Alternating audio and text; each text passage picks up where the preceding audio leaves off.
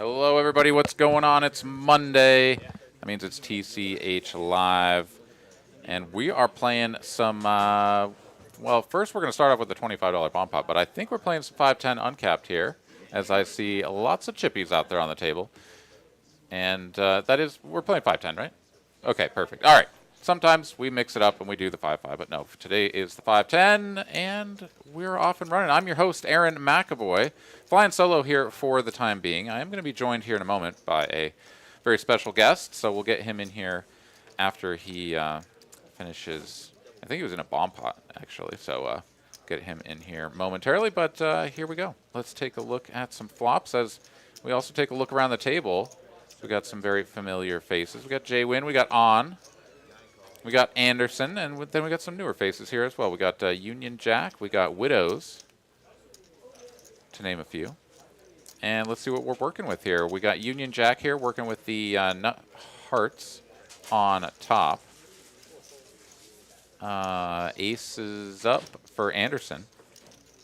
And On is in here with the 3-5 and the 8 deuce.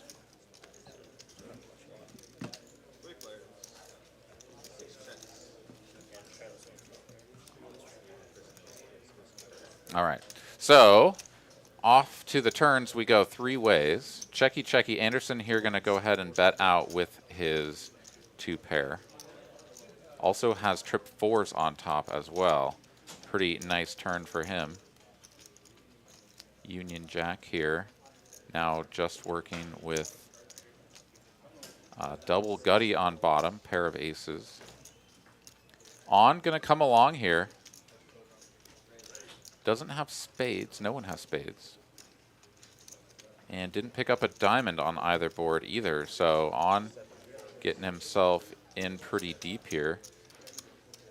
And in fact, the double gutty and the hearts is just out of the way. So Anderson here in a really good spot. Just needs to fade a 6 on top, I guess.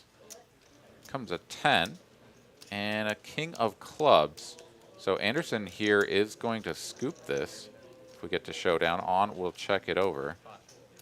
And Anderson is going to bomb it for full pot here, 1250 to go. And On would have to be a pretty big non-believer to just call with 5s and trays on bottom and nothing doing on top. I guess he does have 10s and deuces, but definitely a spot where On should be letting this go.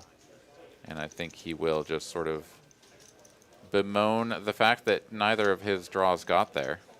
And we'll have to let this one go. All right, so Anderson going to ship the first pot here.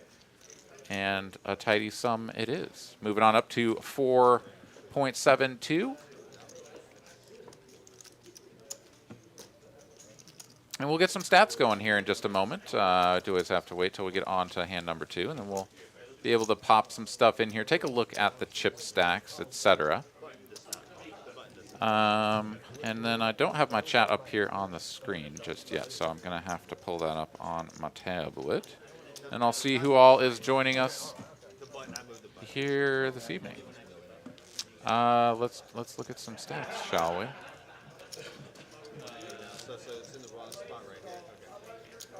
All right, so Widows, J-Win here, both buying in for 8K. Union Jack, Anderson, just about 5K, and Jeff and On sitting on 2 and 1.5.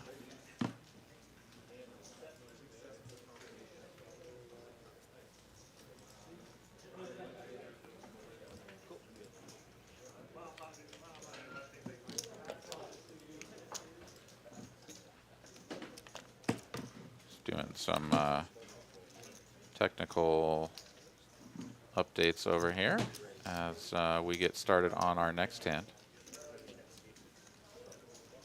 All right, here we go. The chat is alive. Raina, Poker Monkey, Ragnar, Adam, Captain Underpairs, Glenn, Brady Anderson. What's going on, y'all? Welcome to the show, and thanks for tuning in. We got Skullbone as well. Frank, Gary, Sanctuary, BCF. What's going on, y'all? All right, so what do we got going on here? J-Win going to call the bet of 50 from Widows on here with the bottom pair. Is he in there as well? Okay, this board is very much not what is out there on the flop. So we must have a little bit of cross-scanning issue between the bottom of the deck and the scanner. So we have like a special cut card that has to go down there to block that from happening. But as of right now, we can see that the flop is off by a little bit. There's a deuce out there instead of an ace, etc. But on is going to turn 2 pair, and he's going to take this one down. So hopefully we don't have any further issues. But there's a look at that cut card there with the RFID chip on it. So use that to sort of block the bottom cards on the deck from interfering. But we'll see if we can get things sorted out and have things run a little bit smoother. But the man of the hour is here. It's my buddy Austin joining us here in the booth. And how's it going, man? Good. How's everyone doing? It's nice to be back. Heck yeah, dude. It's been a hot minute, but glad to have you here in the booth, and looking forward to the rest of the evening here as we do have another hand getting fired up. The straddle so far hasn't really been coming out, but we'll see if that picks up further on. Mark here, going to go ahead and fold. And he brought his lovely queen figurine, I guess, that he's using as a card protector / intimidation factor. I'm not exactly sure, but I love it. Raina here in the chat says, make sure I go see Top Gun Maverick. Okay, I've been hearing really good things about it, so that is definitely on the list of things to go check out. Looking forward to it. I'll tell you about a movie that I saw this weekend that I also thought was awesome. But we've got a hand between On and Anderson, both players missing the flop.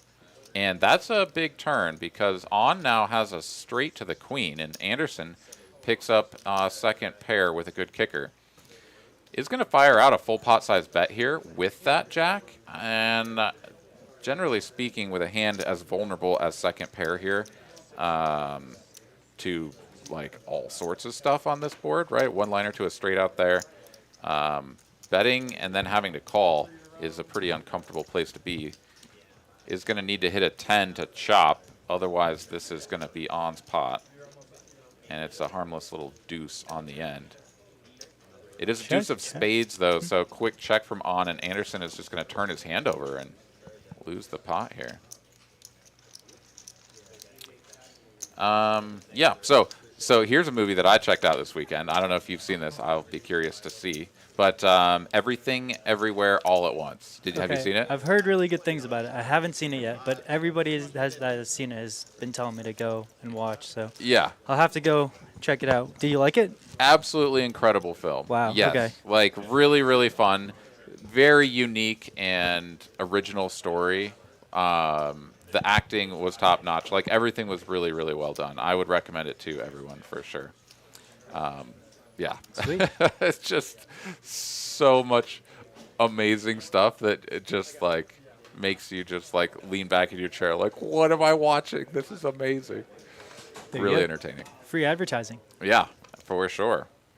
All right, Anderson here is in the straddle, but we're getting a peek at his 2 pocket J-wins. Did you see it in theaters? Yeah. Oh, I haven't been in the movie theater in so long. Yeah? Yeah. Yeah, no. I mean, all the movie theaters these days are super cool, too, where it's like you got recliners, you got servers that come and like bring you food and beverage, like all the great things. So, yeah, pretty awesome. All right, so we're going to get a limp and a call here from Union Jack. He's going to flop a gutty. Gutty.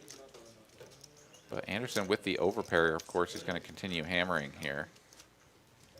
80 to go now.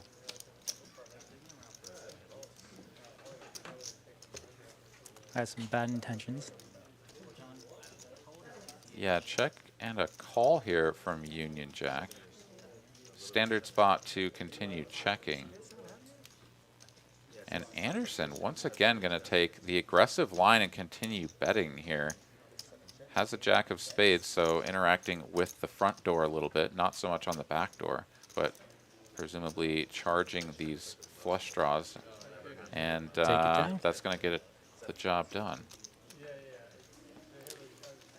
All right, we got Jedi Master Ted here dropping the sort of little teaser in the chat. So, yeah, that's a pretty succinct way of putting the storyline out there.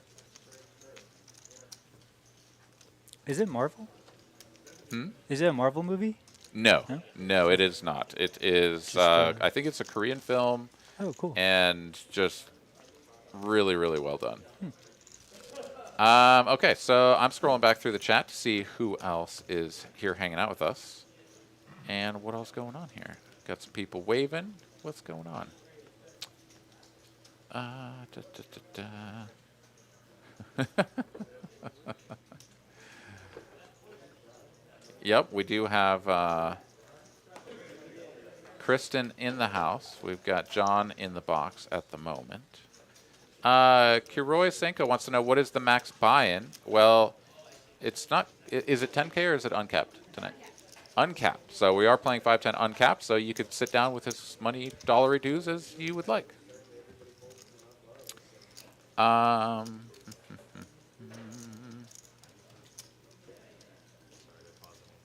right, just getting all caught up here in the chat. And there we go.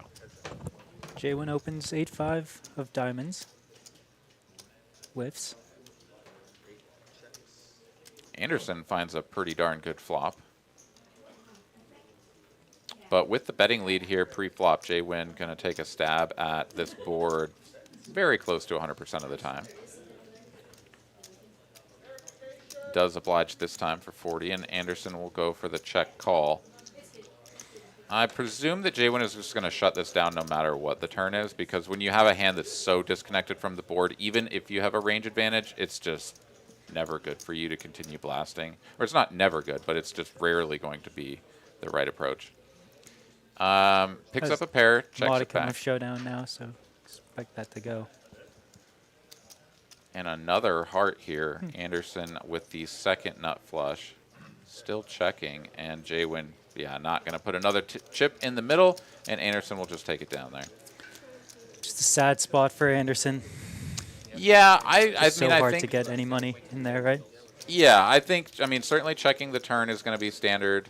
And then when it checks back to you from J-Win on the turn, I do think that you're going to want to sort of put your own money in there. Lead Like, small, yeah. Yeah, like you can get called by a bunch of,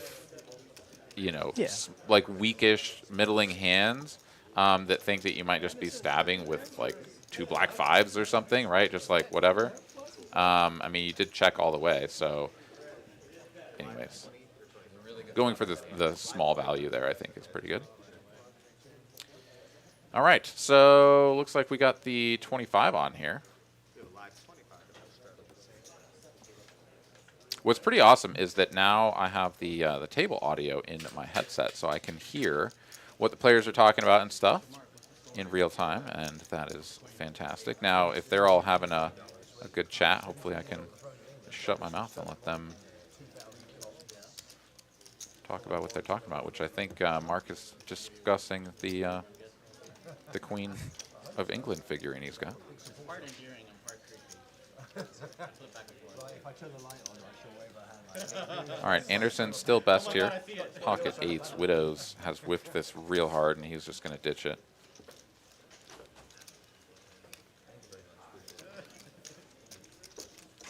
Spartan 6 is in a multiverse of his own, thinks these are fake players, but I assure you, these are real players, and they are on the table, so your wish is our command. Only one way to find out. Come Go. down. Come down to TCH. Yeah, I mean, TCH as of right Austin. now, there's a couple seats open, so you could be a real player on the table. That would be pretty awesome. Yeah, and I mean, that's an offer that goes out to everybody in the chat, really, because we got a couple seats open. I don't know if we have players on the way or not, but as of right now, those seats are available.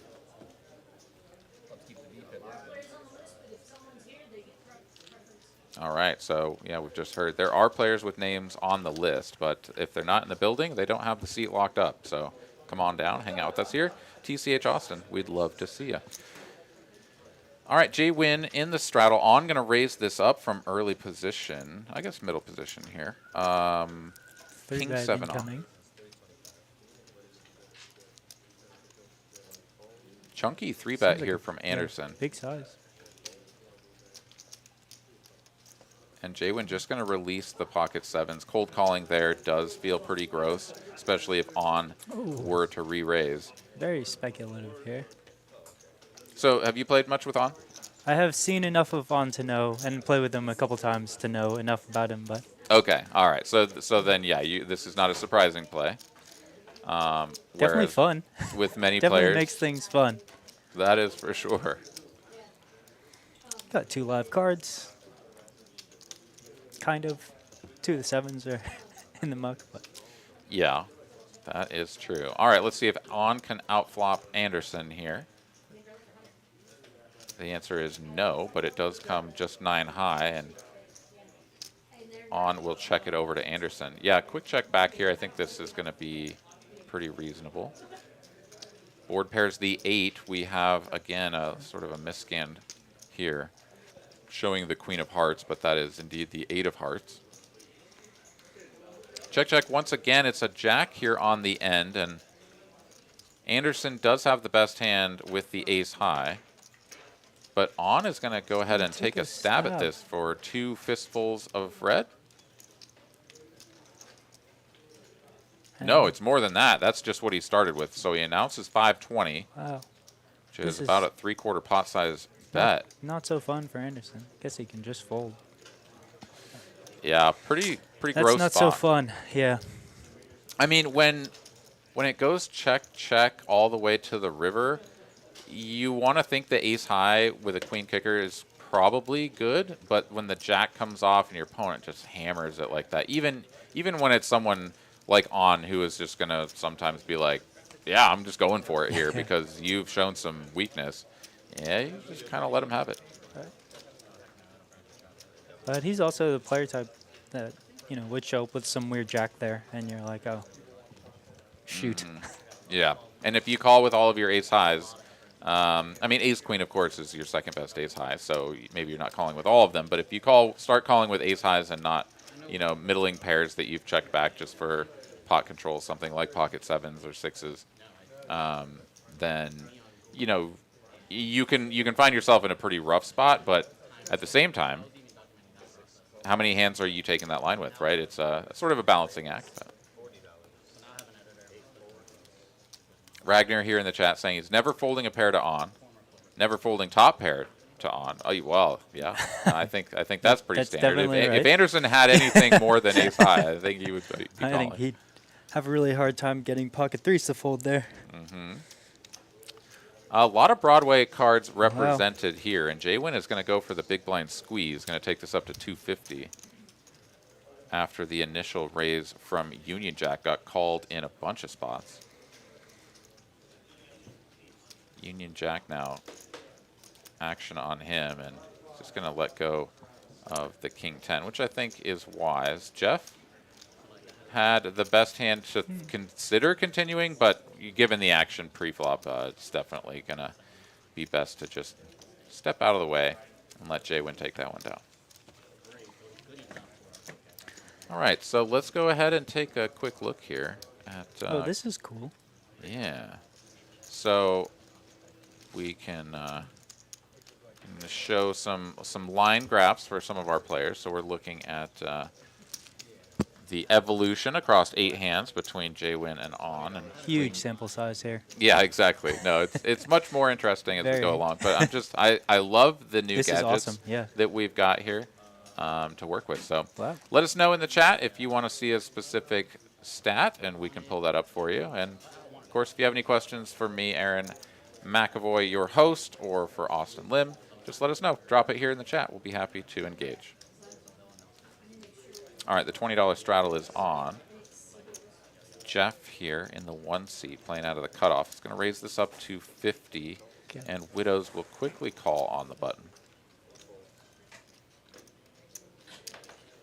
That's a hand that I expect Jaywin to play quite frequently in that position, the 5-4 suited, but he is just going to quickly let that go. And on is going to put the hammer down with the deuces. It's a huge 3-bet.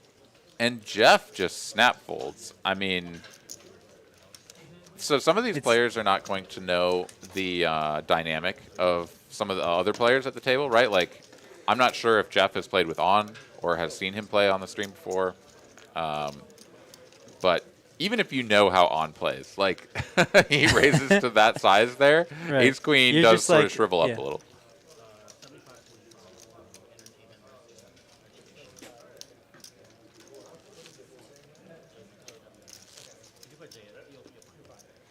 It'll be interesting to see how people adapt. I don't know how much people have played with him, but like if you play with somebody who does something non-standard like that, like do you like what's your approach to that, right? 'Cause you have to do something, right? Mm-hmm. To change how you respond.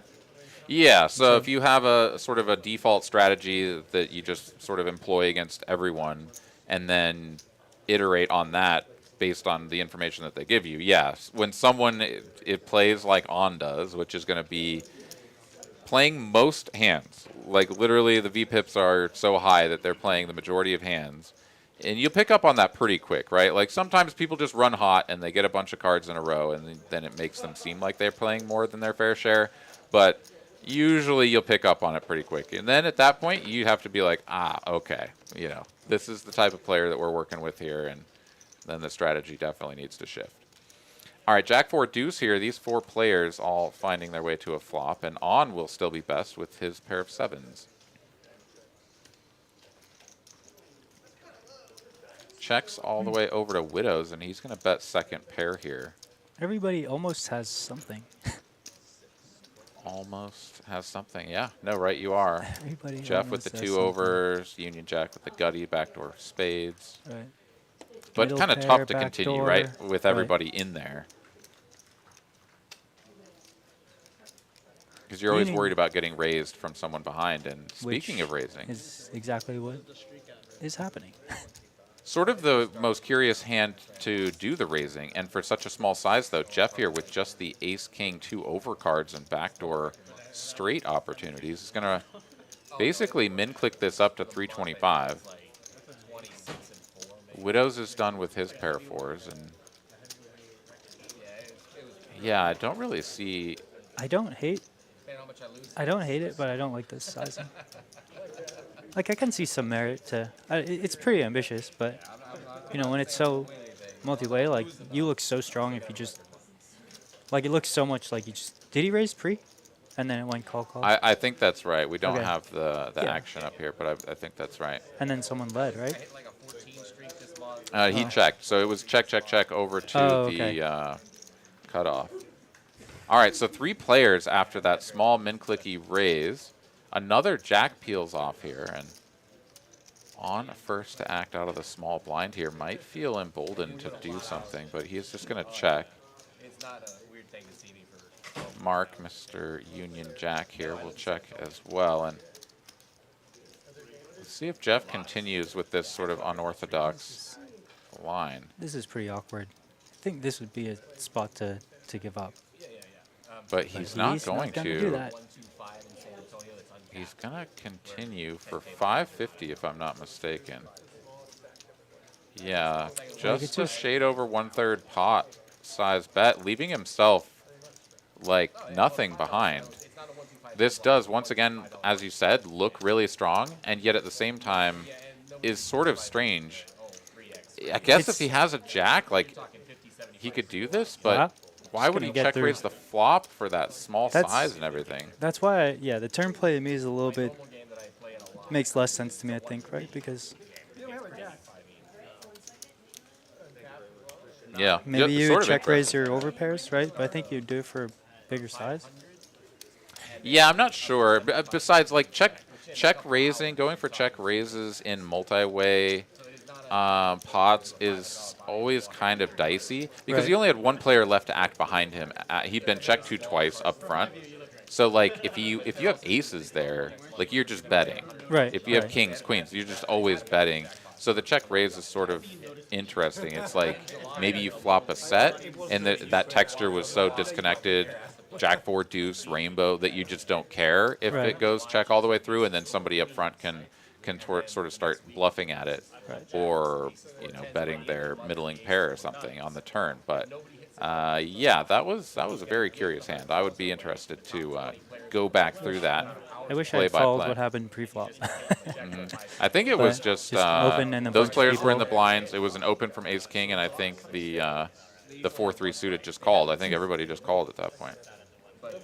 All right, Widow's here, going to raise out of the hijack, Queen Jack offsuit. J-Win will call and get calls from both Union Jack and Anderson. So 4 ways to a flop. A lot of multi-way here so far. King high board, 2 pair two-tone. for Union Jack. And not a whole lot for anybody else, looks like. Ooh, that's an interesting card.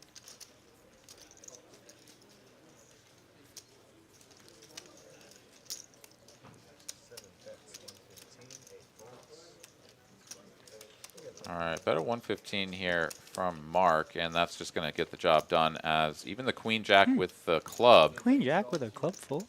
Yeah. Do you remember who it was that had that one? Let's see. It was Widows in the 3 seat. So, yeah, interesting. Perhaps. I don't know. I can't see it quite on my tablet there, but we'll just move right along. Let's go ahead and take a look at the net earnings here so far. Of course, we don't have a ton of data points, but Jeff here up the most. Anderson picked up a few hundies as well.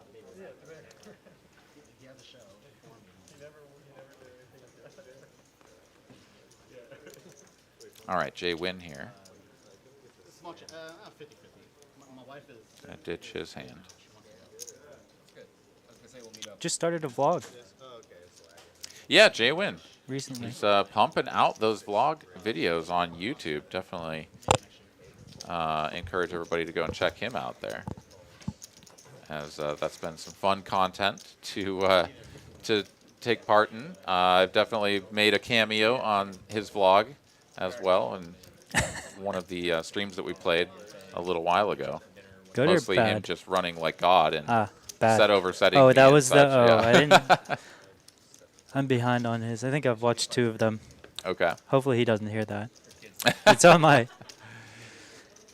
It's On here is going to flop a pair of aces and just bet and take it down, as neither opponent had anything to work with. Yeah, on my seemingly infinite list of YouTube things to get through. But There is so much content out Right. there, that is for sure. especially poker-wise, there's so much these days. Do you Which watch is any fantastic. of the? Do you watch any of the vlogs?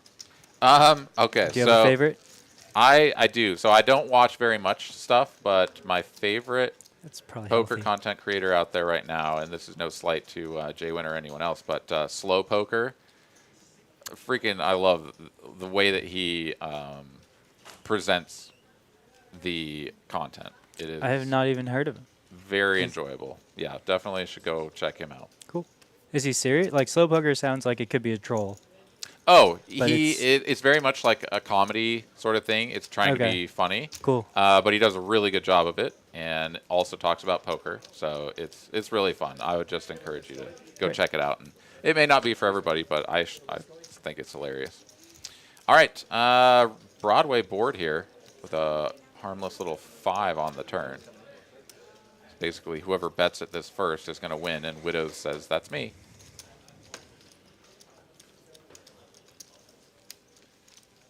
Let's Yeah. see here. Yeah, we have had some out-of-focus camera issues, but the one that you're talking about there, Ragnar, it's sort of challenging because we're focusing on that whole end of the table, so parts of the image can look like they're out of focus, and others hopefully are in focus.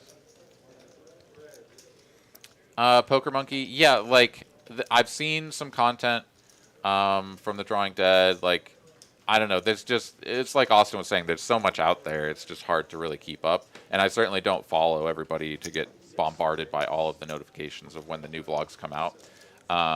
So yeah, I just kind of open YouTube on occasion, and if I see a new video from somebody, then I'll watch it. But it's about as good as I can muster these days. I will say the Drawing Dead has some really crazy, like the production is awesome. I don't Yeah, know if really he top-notch. does it himself, but like some of the little like transitions and animations are wild.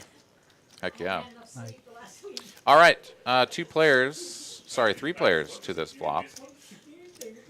both Jaywin and Anderson working with gut shots here. On has the best hand with king high, and he's going to fire, and that gets Anderson out of the way. Jaywin here does have backdoor diamonds working as well, so could consider continuing, but this is going to be a pretty rough spot out of position, and so he will just let it go.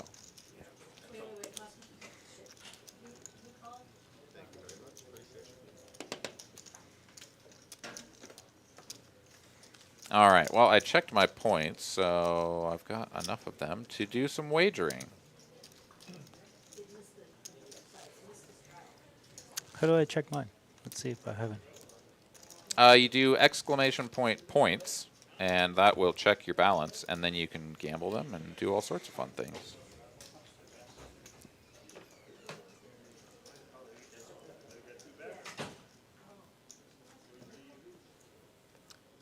Ah, Mr. Dante is joining us. What's going on? It's me, Aaron McAvoy, and Austin Lim joining me here. What's up, Dante? At least for a little while. I've gotten word here from Austin that he may have to bounce on us at some point because he's got an early morning tomorrow, but we'll hold down the fort here for a little while together, and then I'll fly solo when it's time to go. Anderson joining us in the chat as well, stepping away from the table to pop in, say hello. All right, top 2 pair here for Jeff. Ooh, I have 104 loyalty points. Nice. All right, time to do some gambling there, bro. What's the bankroll management like standards for TCH? Live your best life, man. Whatever you want to do. All right, we've got a raised to 55 pre called by Jeff. Top 2 pair flop for Jeff, but Union Jack betting flop and betting turn, and Jeff just happy to call in position here. Off to a river we go. Needs to be a black 3, and it's not. It's a 9 for a full house. And this is actually a really bad card to continue betting on for Union Jack, but he's going to continue anyways. Says, I got here somehow, some way, and the only way I'm going to win is to continue firing.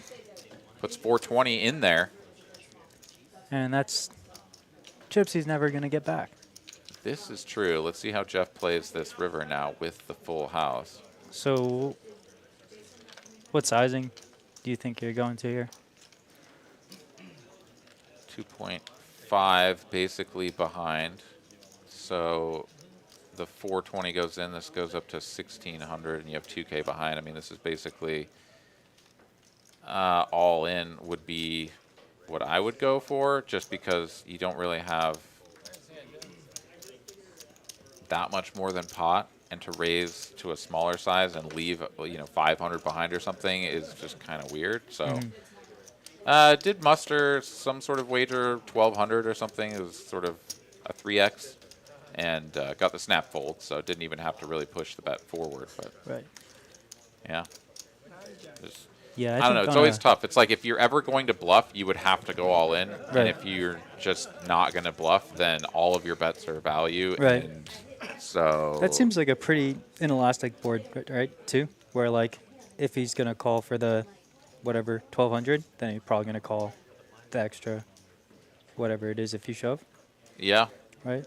Like I think that's right. If you have like nut clubs there, you probably just have to shrug, call it off. Right. No matter what. And if you do have like whatever it was bottom set, I think it was 6s or something, then you've got a full house and you're just going for it as well. So yeah, no, I tend to agree. All right, Jaywin coming in for a raise on the button and just takes it down. Easy game. Sometimes it is. All right, once again, we're going to take a look at the stacks here. Jaywin up at the top. Shade under 800 big blinds. 2,362 loyalty points. Oh, my God. Yeah, Jedi Master Ted, he knows how to bank them up, that's for sure. Matt Benjamin here joining us. What's going on, man? Thank you, thank you.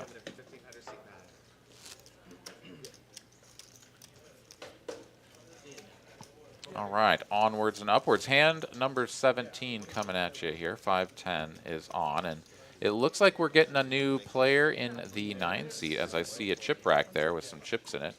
And we'll find out who is joining us here momentarily. Hopefully it's Psy. I would love it if it was Psy. Oh, okay. Won't be Psy. All right. Who's coming in 9? JC Oh. popping in here. Is this the JC that I know? It looks like the JC that I know. Oh. Ah, okay. All right. All right. This is a slightly different JC than the one that I was thinking of, but Me too, but still. welcome to the game. Play JC. with it. JC, plenty. It's a whole new table set up. Yeah, it's totally different. Raise, 4 raise, 30. Yeah. 6 raise, 80. All right, Jay Wynn here going to raise out of the cutoff. On will 3-bet relatively small on the button. And now Union Jack here waking up with a real hand is going to come in for the cold 4-bet out of the small blind.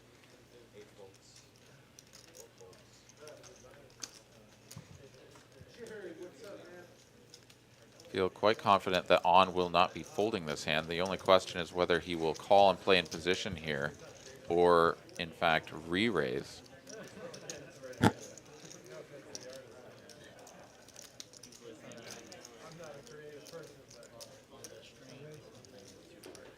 Channeling our All right, inner. the raise incoming here. On grabs all of his green chips and pushes them forward, announcing And all in. This is for just about 2,000.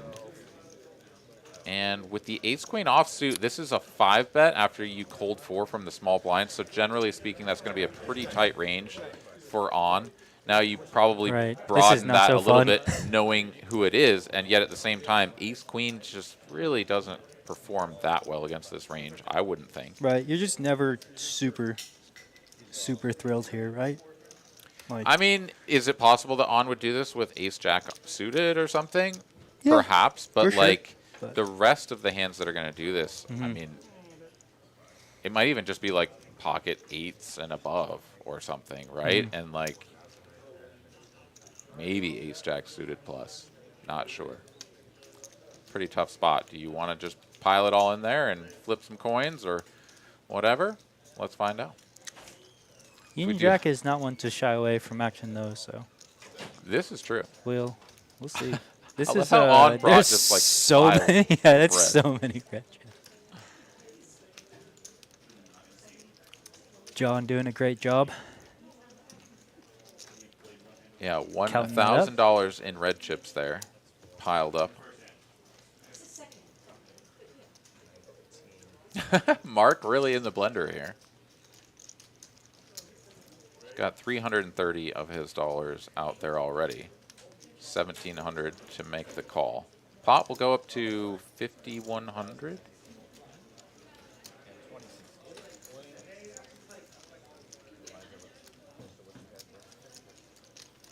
Just making sure we've got all the math done correctly here. Kyle Bossman Juice McGee here in the chat wants to know, do you 4-bet jacks? Well, so the 4-bet came from Mark. So this was a 5th bet from On. And I don't know, that one's always sort of interesting as to whether or not you want to play the jacks as a flat or re-raise them. But we do get the call from Mark, and he's going to find out just about the best news possible, which is that he is flipping against the pocket jacks here, rather than in a dominated position up against ace-king or pocket-king, something like that. All right, running it twice here. 4,300 in the pot. Apparently my math was not quite right earlier.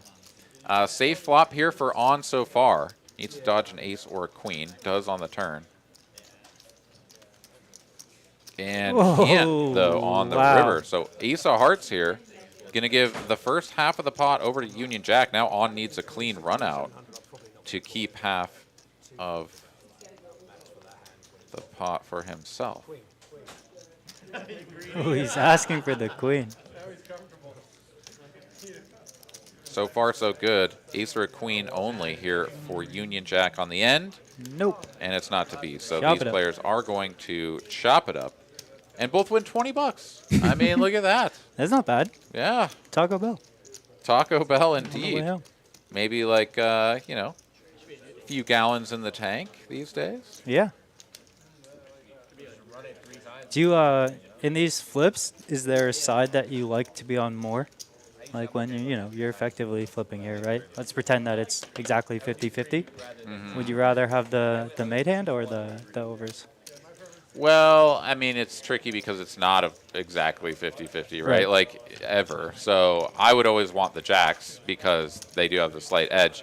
But, I mean, there are times in a tournament, I would guess, where I would be happier to be all in with, like, ace-king against nines, you know? Where the equities are, like, very close to 50-50, but the nines are ahead, and you need to catch up. You know, in a spot like that, sometimes I do rather have the ace-king. Because, like, if you brick out, you're just kind of like, I had ace-king, you know? Right. And if you have the nines and then they hit it and you're toast and you're just kind of like, God dang it. Freaking nines again, you know? For some reason, it's like those middling pairs just always feel like they let you down in the big moments. So, Yeah. it's all just psychology, though, I suppose. I'm always on the overs side because I feel like you always, if you have the two overs, right, you so rarely are like, oh, I have no chance on the river, right? Because there's always hope unless the opponent flops a set. Yeah, sure. Right? And so, you're engaged until the river, but if you have the under pair and, there's an ace on the flop, you're just like, well, that's now it. You're drawn to the two outs. Like, I don't even get to sweat this, like, not even That's fun. true. That is very true. But obviously purely emotional and has no real relevance to anything. Yeah, but the way that we play the game, I mean, how we feel about it is going to impact our decision making very frequently, anyways. Good flop for 10-9. It sure is. JC gonna continue, or is going to lead out here. Oh, and now he turns top pair to go with the tens on board, and so after leading, is gonna now continue betting for value this time, but is in a really bad way against Union Jack and the trip tens. Gonna pop this up to 500, and the scowl is on here for JC. But a seeming non-believer and will make the call here with very little chips remaining in relation to the pot. We're talking a 3/4 pot size bet remaining here for JC. Needs an ace on the end. It doesn't come. And now he chops with every ace except for ace-king. And, of course, loses to all the tens. But this is sort of a spot where if you're going to continue on the turn, you pretty much have to call off, I think.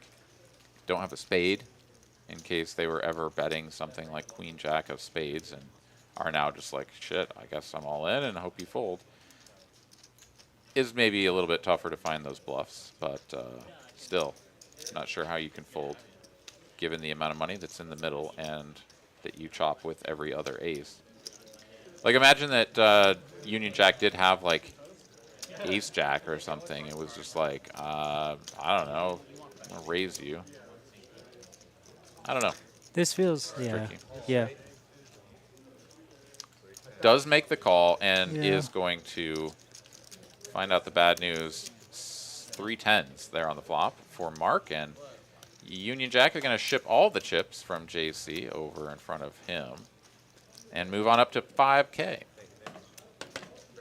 Let's take a look at our net earnings here. This, of course, not going to have that latest hand in for Union Jack. But that will sort him out a little bit closer to what he bought in for, the 5K. So there we go. Tricky He's up spot. 20 bucks now. Look at that. There you go. That's a tricky spot for JC. I think you could find some folds there on the turn, right? It's the way that it was played, right? It just, like, with your stack, right? It's just so awkward. It is, and also checking the flop, having your opponent presumably bet small, calling with the ace high, then checking the turned ace, your opponent betting again, calling again, and then checking the river and then putting you all in or whatever, however that would have gone, playing it in a more sort of standard fashion, could have gotten you to the river and been like, I don't know what's going on here. Like, what do I beat and what's taking this line? It may have actually been a more likely scenario for him to call off had he played it that way.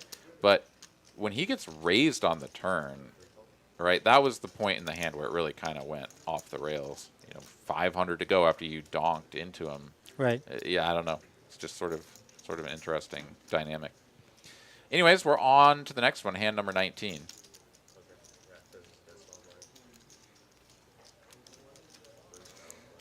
Yeah, I think the problem is that you just put yourself in a spot on that river, like you said, where you just kind of have to call, and you get to that river and you're like, I don't really want to call, right? Because like he could just, like you said, have something. He has just so many like the weird hands that beat you still, right?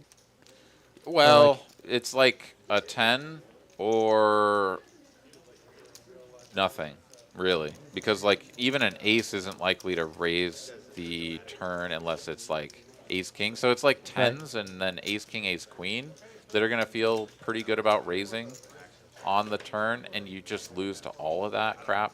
And then if your opponent's balanced, they're going to mix in a bunch of spades that picked up some backdoor equity and just try to punk you out of the hand there. Like, no, the ace is my card, so I can raise you and try to get you to fold something like pocket nines or whatever you might have. So all of that is sort of reasonable. Not clear exactly what's going on. I see a bunch of chips in the middle. These players are sort of taking their time, so I think we had some technical issues here that we're just getting sorted out, so please do bear with us. Twinkle Beaver here, watching in Toronto. Well, thank you very much for tuning in. Welcome to the show.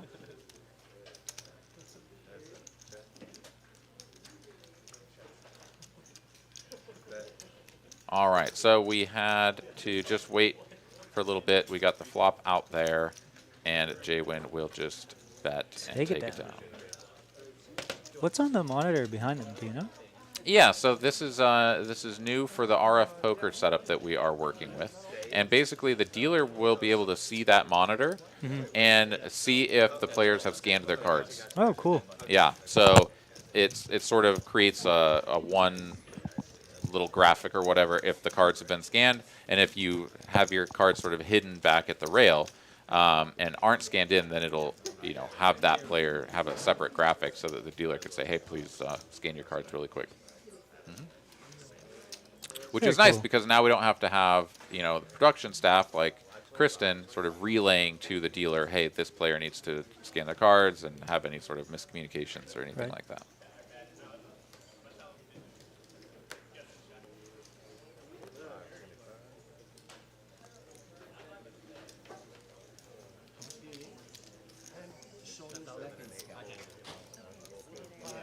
Anderson here, as he do, going to get a massage from the lovely Victoria from Texas Royal Touch. $1.50 a minute. The licensed massage therapist always here at Texas Card House Austin, ready to give you a tune-up. I got a nice massage earlier because I tweaked my shoulder yesterday at the pool somehow, and feels better already. Fight Club? Fight Club? Sunday Night Fight Club? No, not quite. But I mean, I guess you wouldn't tell us, right? So. Yeah, no, that's the first rule of Fight Club, duh. But no, whatever it was that I did is a little tweaked, but like I said, feels better already. There you go. Twinkle Beaver, can't wait to come out to Austin. Yeah, we'd love to have you. Look forward to seeing you, and hopefully you'll pop in on the live stream. Show everybody your chops on the belt.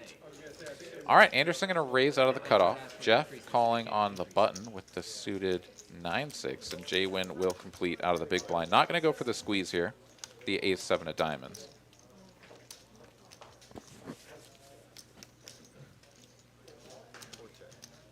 A little bit of something for everybody here. J-Win with the top pair, and pay no attention to the man behind the curtain. Jeff did not win the hand already.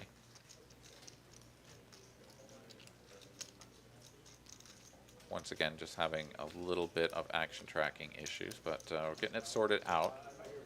And here we go. Checky, checky over to Jeff. No, that's also not true, so sorry. Padawan producer Kristen is leading us astray, but we had somebody bet, somebody called. Let's just pretend Looks nothing like happened. Here we are, 2 players, heads up, on the turn. And check, check, we will have. Okay.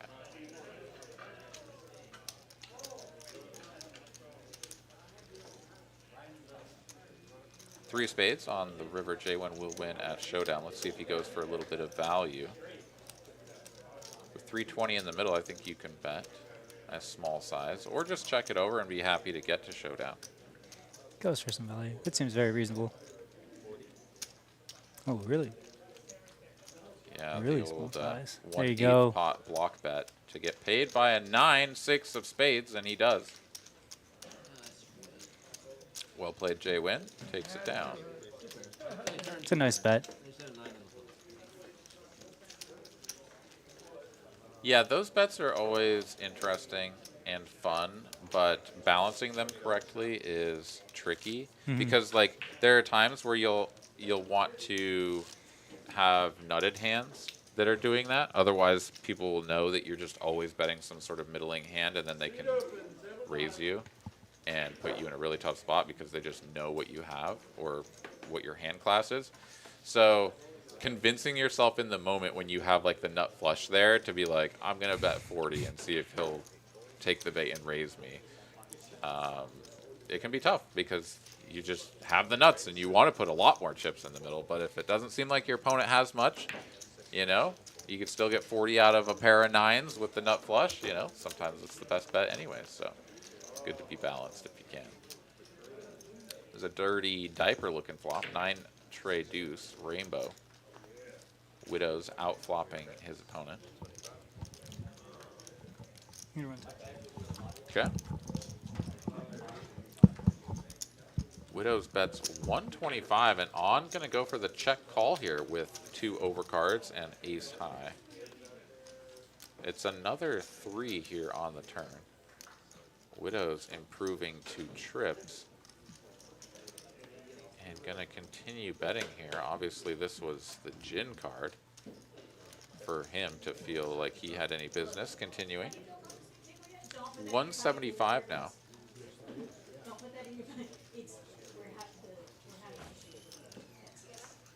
And on, seemingly a non-believer here. Looks to be counting out at least calling chips. And now grabs all of the green chips and whatever black he had as well. Looks like just 1 chip. And fires that in there. Gonna rep the 3 here to the tune of $800.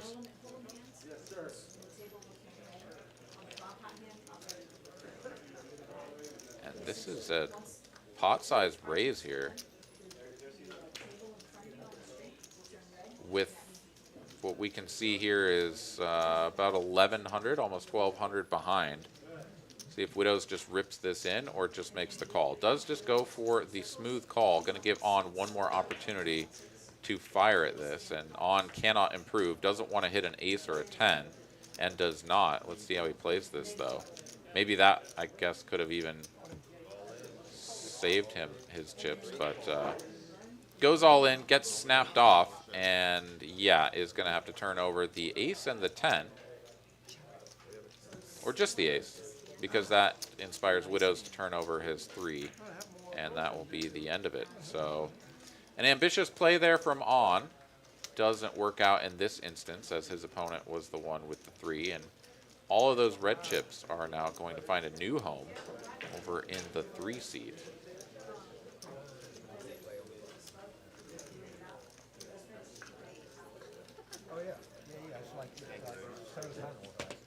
On here, always looking dapper. Gonna go reach into the suit jacket pocket and find a reload. Carlos here in the chat wants to know what's bigger, TCH Dallas or Austin. Well, that's definitely going to be TCH Dallas. They have 27 tables or something like that up there, and always blasting, nearly at capacity or at capacity each and every day. Lots of action and just fantastic games to be played up there. Austin, also a great spot to come and play. We got 1-2, 2-5 running just about every day. There's also a round of each with some 1-2 Holdem and some $5 PLO bomb pots. It just all sorts of good games. We've got tournaments throughout the week. So, yeah, TCH Austin, also a fantastic place to come and play. But to answer your question, the larger venue is up in Dallas. I missed the fun one.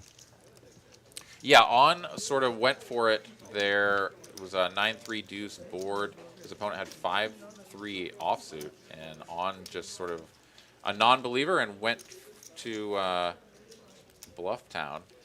And his opponent just happily called. Always nice. Turn and river, and took all the money. Always nice to win a huge hand with 5-3 off. Yeah, no, that is the dream. Always nice.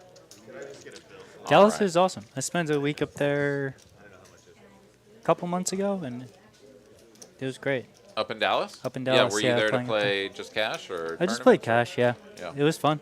I wanted yeah. to check Dallas out too, so I went and just, went to a few museums, walked around the city. I hadn't really been much, so got to see all this stuff. But yeah, their room is pretty crazy. It's Yeah. always, Did you play 2-5 up there? yeah, Yeah. yeah. No, they have like 3-4 tables going of 2-5 Yeah. like on a regular basis. It's pretty awesome. It's pretty cool. Yeah. It did get in. One thing I will say for TCH Austin is that it feels more like you're just going to like a friend's house and hanging out in like a smaller room, which I like. Dallas still has that feel a bit, but it gets closer to feeling like you're playing in like a big card room or casino kind of feel.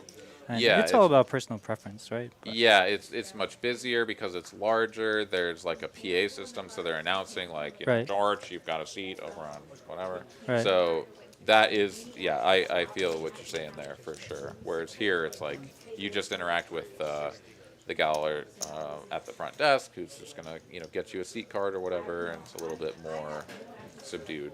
right. See a lot more of the same faces, I think. Not that you don't have like all the regulars who play in Dallas and stuff, but All right, 3 ways to a flop here. J-Win gonna flop best here with the top pair. Anderson has a gutty and some backdoor clubs. Not particularly inspiring. On here also with a uninspiring ace high. Just gonna get out of the way. And I can see Anderson peeling off one here for 70. let's get a 9 one time.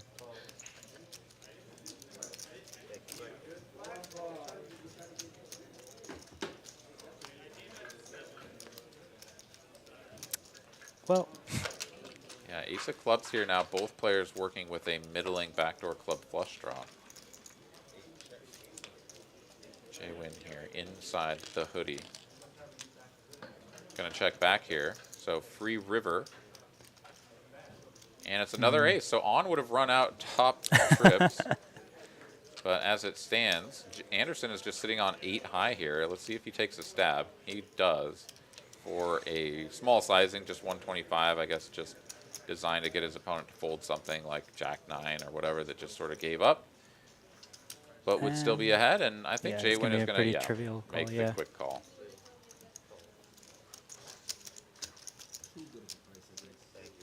So J-Win will take another pot, and let's go ahead and take a look at our VPIPs here through whatever we're on, like 30 hands, something like that. So JC only a couple of hands to pull from, but he's played half of them. Widows, J-Win, and On all playing very near the 50% VPIP.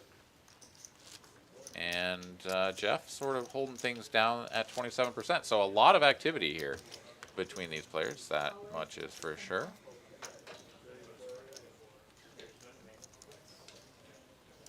All right, so the straddle has been sporadic.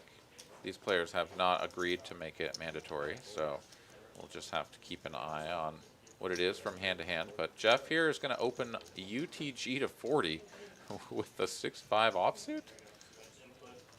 Indeed.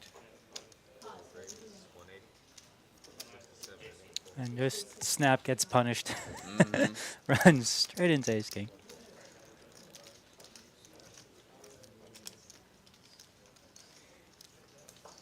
On Yeah. looks burdened to fold every time. I like it. Yeah. Like no. every time he folds, he looks like it hurts him a little bit, which is great. He loves to play Loves to the get in hands, there. Yeah. whatever they look like. He For wants sure. to play them, see if he can make a hand.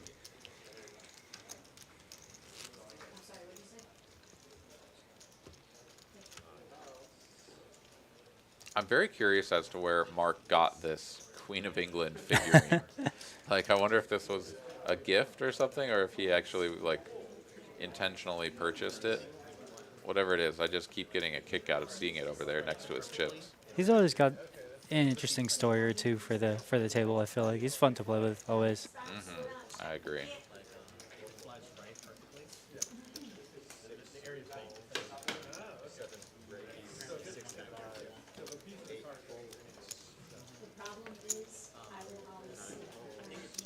All right, Union Jack here opening the button to 65, getting called in the big blind and the cutoff.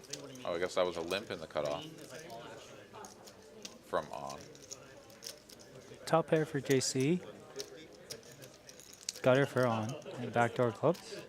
And once again, leads JC with here top. just going to lead out. This time with the best hand, the top pair, but another curious approach. Yeah, and this always feels weird when like you should have the betting lead and everyone should just be deferring to you, but then it's like bet call in front of you and you're like, Right. all right, I guess I just lose. I don't know what's happening. Ooh. Does that give him hearts? Oh, hearts folded. Would have been a hard Hearts draw folded, there, yeah. but it's Okay. not to be. JC is just going to make top two, continue betting 300 now, and on And really has not improved to anything substantial, so it is Right. time to let it go. although an on shoes there, that's so weird, right? Like, what is JC saying he has there? I mean, who knows? But when you have 7 high, it No, doesn't for really sure. matter, right? for sure, for sure. And that's Although, like, that's true, but, like, that would be a spot where I'm like, yeah, I have 7 high, but it seems like a spot you could think about. I mean, yeah, the holding's bad, but it'd be a spot where you could think about raising. I feel like, because the king should be better for you, right? not really. These ranges are so wide open That's because true, it that's was true. just he limp called. Like, we're not even talking about Mark, who was the raiser. Oh, I thought he raised. Okay. I mean, maybe I'm wrong. Maybe on opened and Mark called. I'm sorry, I missed Okay, I the don't- action. So Yeah, Could be. That's what I assumed it was, but yeah, you're right. I know, it's just weird to lead. Like, you'd think, I don't know. no, leading I is guess it's just generally strange, just weird. It yeah. is, but you know, players gonna play how they gonna do. 5-3 off, making its appearance once again, but on not gonna play it. Bunch of rags here on this one. Just gonna fold into the blinds. We did have a straddle, a double straddle, and a triple straddle. Or maybe this was an open. Oh no, this must have been an open from J-Win. No, it was not. Okay, so the dealer just pulled in the straddles, and we are waiting for the action to get caught up. So having a little bit of difficulties here today, so thank you for Bear with bearing us. with us, everybody.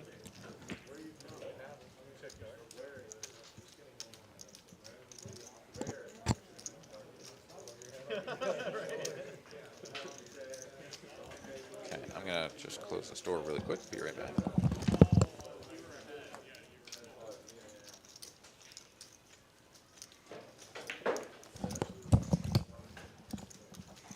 Yeah, those are the spots that always like put me in a blunder. Like when somebody does something sort of weird, and I'm like, well, like what hands would it make sense for somebody to lead with there, right? And you think it'd be like a lot of Jack X, and then the only thing that improves is like, you know, like King Jack, and then like, I'm just curious to know if like you're gonna lead the Jack, or you're gonna keep betting Ace Jack or Jack 10 or Jack 9 hands. Like, Yeah, which a lot of times like- people won't. I guess they won't. So So then you could have some 4-3 that was like bottom 2 pair that Mm-hmm. for some reason didn't want to go for a check raise. 5-6, maybe Right. Ace 5, you know, some things like that that are just kind of like bad straight draws or up and downers, and just I'll take a stab at this and maybe everyone will fold. You know, that's the kind of things that I typically will put into the donk leading range. All right, so we are slowly getting everything sorted out here. So since we had the third straddle, it made things a little bit weird. We had a tricky time backing that all out, apparently. All right, heads up to a flop. 10-9-4. Widows with the 9 deuce. Flops best. Gonna go for the check call here as J-Win puts out a bet of 35 with the ace high, backdoor clubs, and straight draw. And as soon as you get called here with the ace high, it's time to just shut it down. So Widows checks, and I presume J-Win will just do the same behind.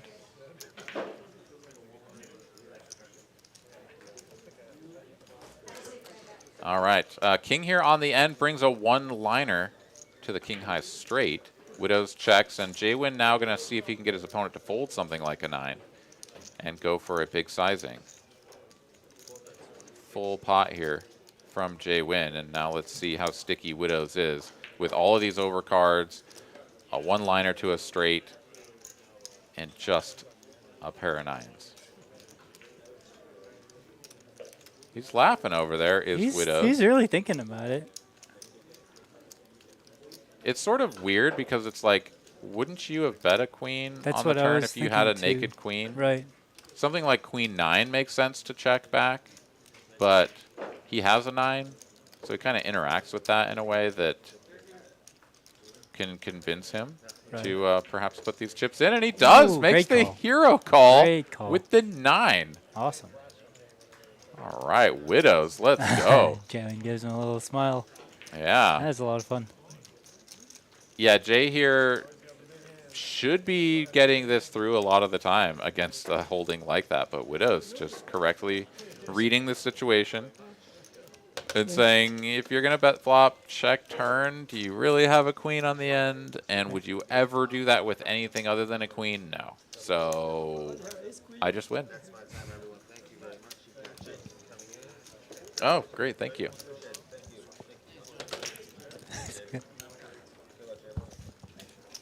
Yeah, absolutely.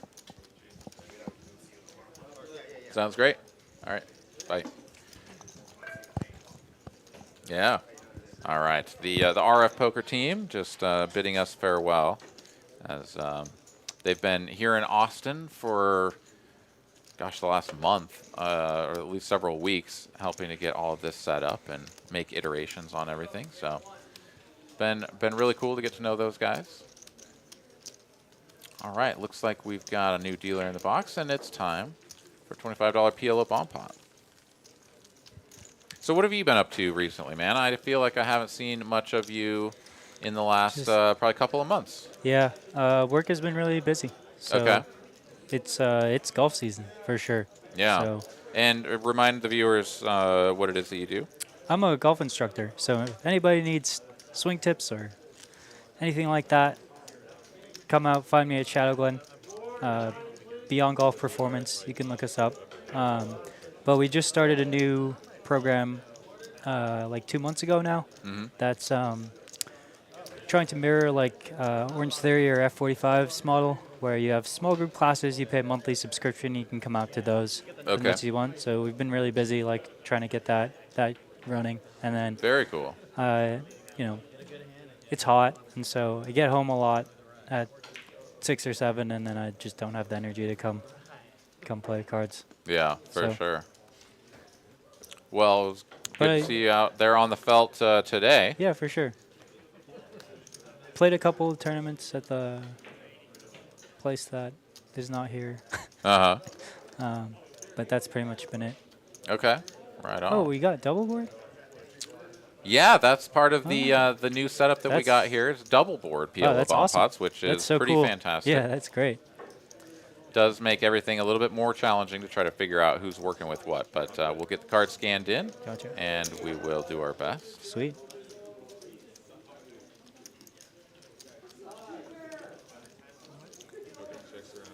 German moneymaker here says, greetings from Costa Rica. Great job on the commentary. Oh. Well, thank you very much, man. Appreciate that. And, man, Costa Rica right now, that would be a pretty cool place to be. So I would swap places with him.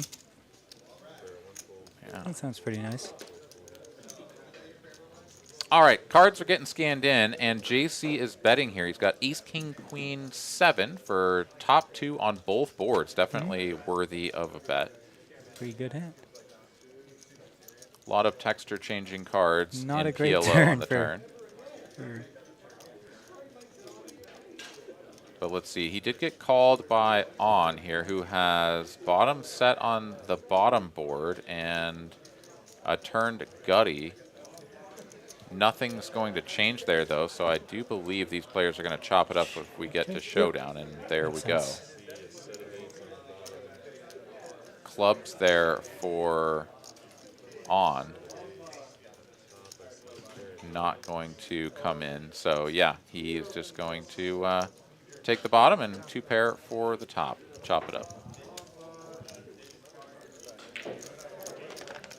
Back on the daily Dallas grind. All right. Well, enjoy your last day there down in Costa Rica. Pretty awesome spot. Yeah. I haven't been to Costa Rica. I've been now to Turks and Caicos and a couple of different spots in Mexico.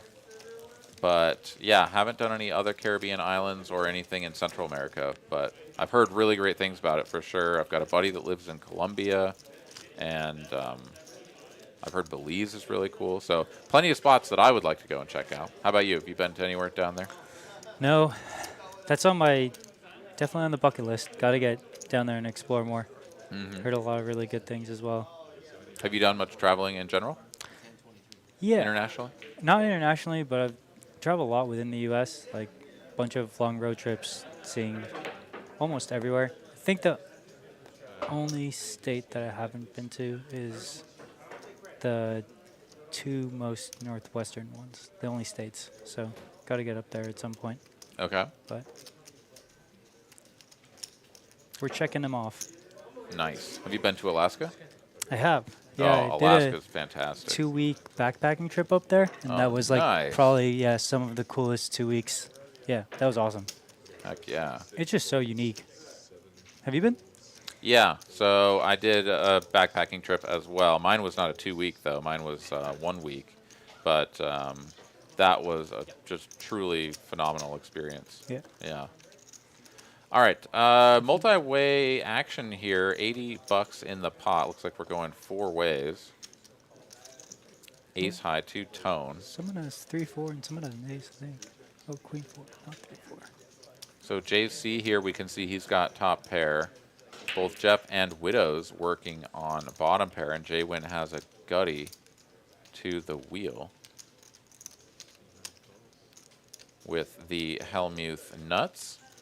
Bet here from Jwin, going to get called by all 3 of his opponents, so every player will see this turned deuce of diamonds, Wow, and there you go. what a Queen turn. 4 is the nuts, confirmed.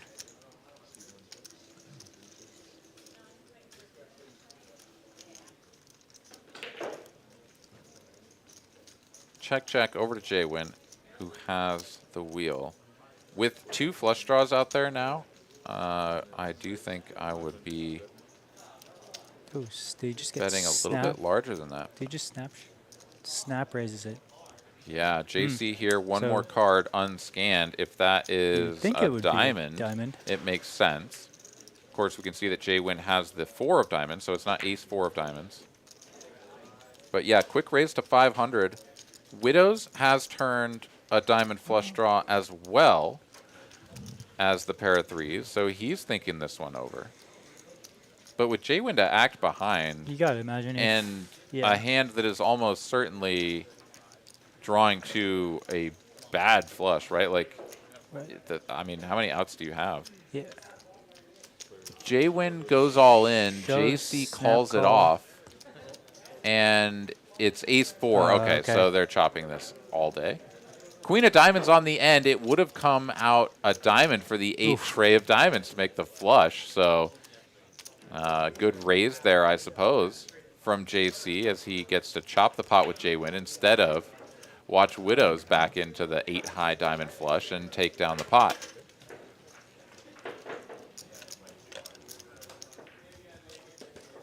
All right, Poker Monkey here been to a bunch of places down in the Caribbean. That's pretty awesome. I would love to go to half of those. I've heard great things. Yeah, my sister went to Belize maybe a couple years ago, something like that, and had these really cool pictures and stuff from going through all these cave systems and everything. Like, just, oh, sounded super awesome. Said everybody there was really friendly. Yeah, be tough to go wrong. All right, $20 straddle is on. Hand number 29 coming at you.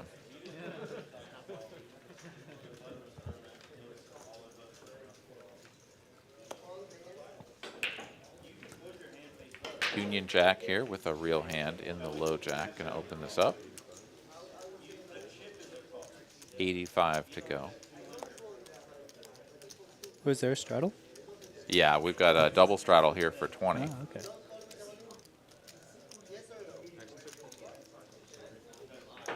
And that's just going to get all the way through. No one waking up with a hand good enough to continue.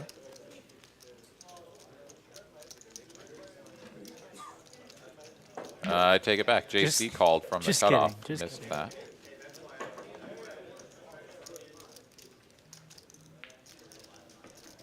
Pretty big whiffs all around there. Yeah, and Mark over here, Union Jack with the betting lead pre, can just fire at this indiscriminately and take it down.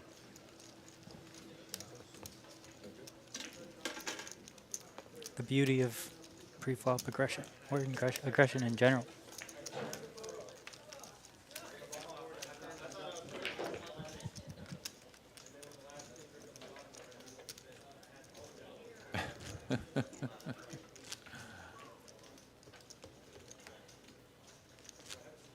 I'm confused what that's all about, but okay. I don't get it. Yeah. All right. What about you? Have you been busy? Been very busy, playing a lot of tournaments. You play a bunch of the series? Yeah, yeah, played a lot of those tournaments, and now, yeah, I've got the World Series starting, like now, I guess, right? Yeah. Like what is it, today is the like, casino employees tournament to start things off, and then all sorts of stuff here in the coming weeks. So I was sort of a combination of lazy and wanted to make sure that I had the tournament bankroll, you know, after this series here in Austin to go and, you know, fire out there in Vegas. On here has fired with his Queen Dewey and connected with this board very well, especially considering that Widows has an overpair to the board. So let's take a look at this. On going for the check call line on the flop, checks it over again. And 9 of diamonds on the turn. Widows, no alarm bells at all here, right? You're just... Generally speaking, no. I mean, this is on calling out of the big blind, so he's going to have all kinds of stuff here. But generally speaking, even a player that plays really wide is going to have fewer deuces than they would have a 7. Or even, you know, just a middling pocket pair, something like that, right? It's bet a 150 here for value from Widows, and on will go for the check call once again. 625 in the middle. Quick check here from on. 6 of diamonds brings the backdoor diamond flush in. But yeah, Widows here shouldn't really be worried about too much. Even something like 6-7 or 9-6 or something like that that just ran into 2 pair, he's beating that. So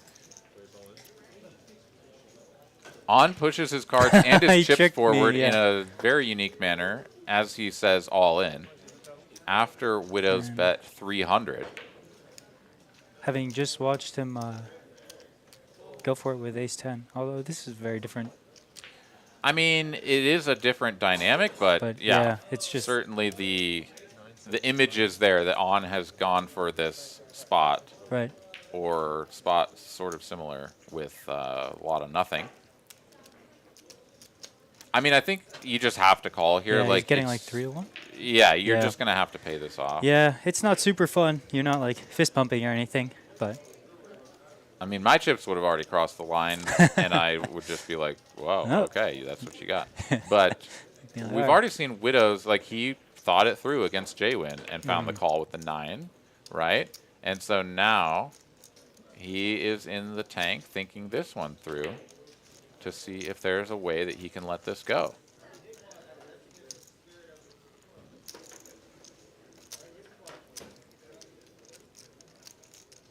like maybe if you're widows and you think that On is just ripping all his flush draws on the turn. Yeah, it does settle on the call. Yeah. And I mean, I mean, he's I not think running away, it yeah. sucks. Like you Yeah, lost the yeah. hand, but I think it's the correct play. There's For just sure. not really anything else to be done in that spot. For sure. I mean, I would not put it past On to do this if he ever had slow played 9-7 or something, right? Like, I don't know. Maybe that's ridiculous. Maybe that the chips would have gone in on the turn, but I don't know. It's just it's always tough when they Right. play when a player executes these spots like in a very different manner than you would be used to normally. All right. Anyways, let's take a look at Yeah, that was a some fun net hand. earning stats once again, as Jeff is currently the big winner, up just about 1.5. Widows and Jaywin up a few hundred. Anderson treading water, and then On and JC so far stuck the most.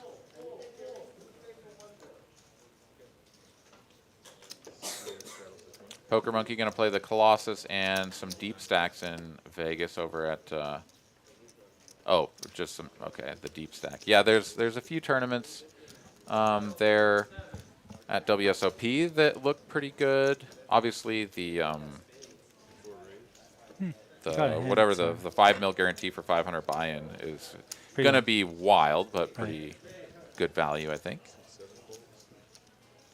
Oh yeah. So, are you gonna head out there, or Still Don't think working so? on the scheduling, but yeah, I think so. nice? All right, Jay Win here going to 3-bet the open from Jeff. 9s against Ace King. Jeff just going to call, though, and play this one.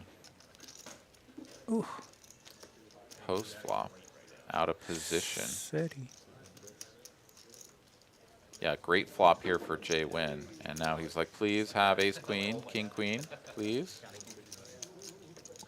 Continues for 135 here. 160. Okay. And with no heart out there, it's this. I was just about to sucks. say that. It feels so bad to just fold Ace King,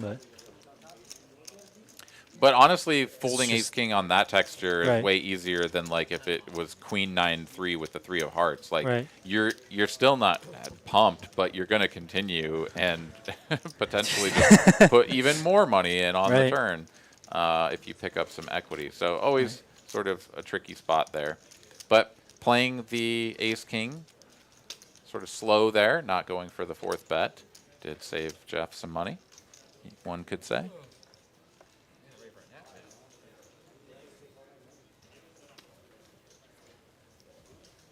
All right, no straddle on this time.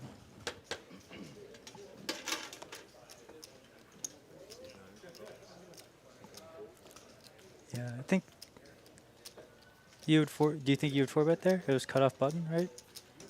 Oh, Ace King suited? Yeah. Absolutely. I think that's a pretty, Yeah, Ace King pretty standard suited. spot to go for the 4-bet, but Yeah, stack depth can always come into play, but I think, like, as to whether or not you want to play a huge pot against somebody or whatever out of position. But Ace King suited is just going to play so well. And like you said, it was hijack and button, so it really sort of behooves you to build the pot there. Right. At the same time, you can keep all of your opponents like 3-bet folds in. Like if they have like Ace Jack, Ace 10 off, and they're going to 3-bet you but would fold to a 4-bet, then flatting is also perfectly fine. for sure. So, I mean, it's player preference. A lot of people will think that you just like it's mandatory 4-bet, but it doesn't have to be. All right, we've got some large raising happening here. If what I'm seeing on the screen is correct. Whoa, 660? I thought that this was. Queen 10. How could Widows be raising this unless he had like? Okay. I think. Yeah, we've got some. No, he's folding, so this must be a raise. All right. Sorry, y'all. Bear with us. It was indeed a raise to 660 Wow. from the hijack after I think he like raised small or limped in or something. Very curious. Again, the action was not quite relayed to us very well there, so not quite sure. But anyways, getting it done with the Queen 10 off. I Love mean, it. that's pretty spicy. Love it. Love it. All right, it's been a hot minute since I've gambled. How'd you do on your? Did you gamble or Oh, no? I didn't do it. I just looked at my points. You want to put 20 on it? Whoever rolls the highest. Yeah. All right. You want to go first or second? I'll let you choose. I'll go first. So I type in gamble. Exclamation point gamble space the number of points you want to rip in there. Okay. So we're putting 20, $20 on Dollars. whoever gets the higher roll. but I can bet as many points as I want. Yeah, do as many points as you want. Gotcha.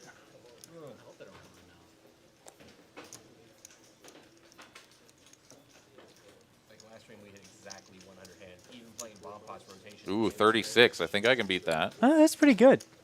I don't know. I think it's pretty good for me. Yeah, there's the 82. All right. Oh man. $20 worth of All right. something for me. Necessary situations. Well, I guess I have to stay till 8:30 now. All right, 4 ways to this flop. Queen 7-4, 2-tone. J-Win, gonna flop an up and down straight draw backdoor hearts on with the pair of 9s is best.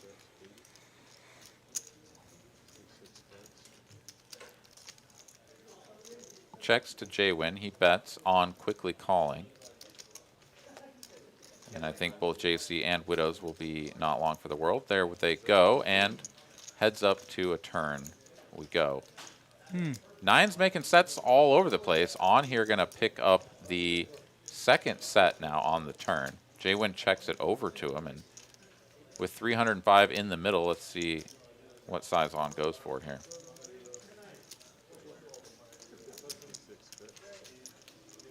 Somewhere around half pot incoming. Seems reasonable.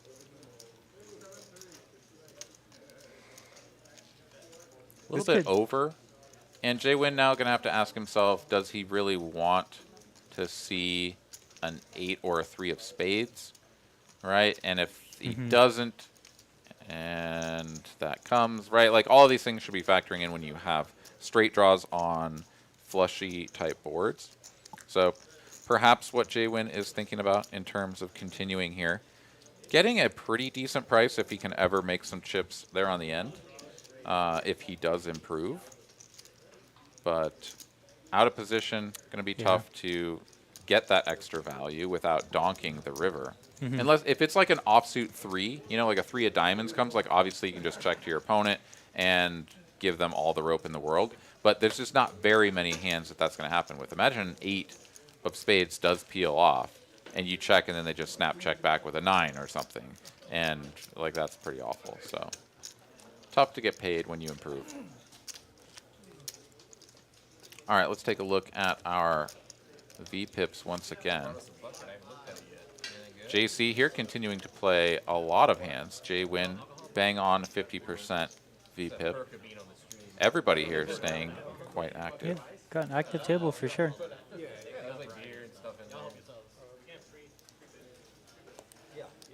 They want you to loosen up and play. They replaced it. It used to be free food, now it's free food. Raina here in the chat saying there's a big meteor shower tonight. Oh, I hadn't heard of this. The food takes players away. The alcohol brings the players in, and they start playing better.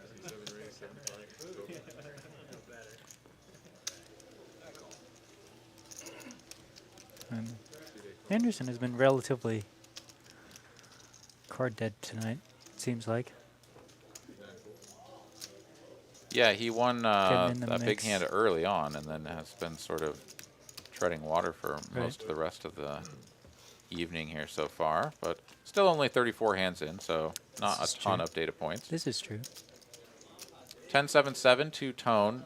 Nobody connecting with this boarding in a meaningful way, but Jeff with the 2 pair going to feel probably pretty good about his holdings.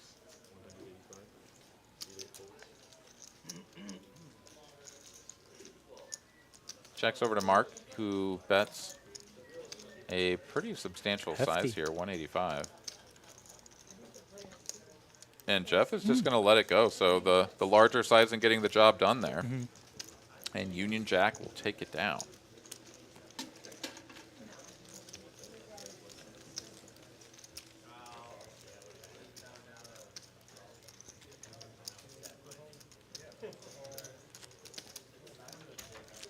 What's your fast food of choice? Probably Taco Bell. Yeah? I'm a big Taco Oh, Bell yeah. fan. That is something that I've been missing. Like, I've been now keto for probably like 4 or 5 months now, Oh, really? something like that. Oh, And good for you. yeah, but man, now Get the- now that I have been doing this for long enough, I've sort of also started to realize like what I can get away with. And so I've been like cheating a little bit here and there, not like a full blown like let's go to Taco Bell kind of a thing, but you know, mixing in just a few things here and there, bites, you know. And I'll tell you what I want so bad, ramen.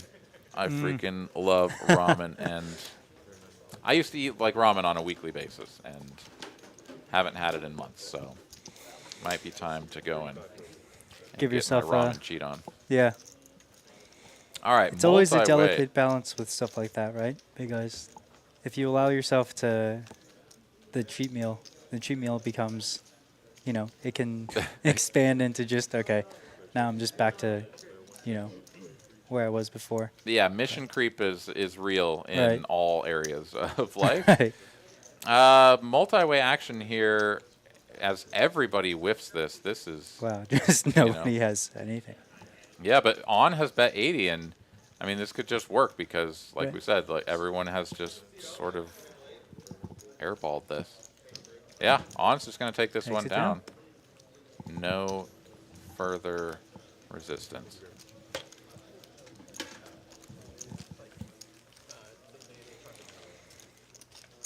Very trusty environment. Yeah. And now, and with it being a holiday today, like, got me thinking about doing some grilling. Do love to go grilling, although I don't have a grill anymore since I live in an apartment. Can't have that, but there's plenty of parks and stuff around that have like the grills, or go to a friend's apartment complex or whatever. Got some grills Yeah. out there. Gonna have to do that here pretty soon. That's a pretty easy way to stick to the keto diet, is just throw some meat on the grill. There you go. Vegetables. Hope everybody out there listening has been having a very enjoyable holiday. Yeah. Thank you guys for tuning in, hanging out with us here tonight.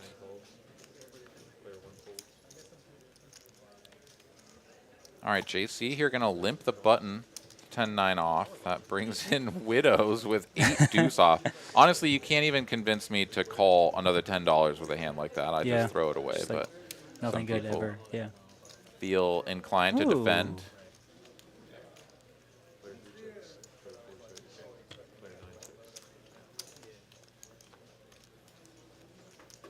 JC's gonna improve to the best of it. Yeah, slot machine flop here, 3 sevens, but JC picking up the boat to go with it on the turn. Bets 150. That is a large wager into a small pot. Shows the 9, takes it down.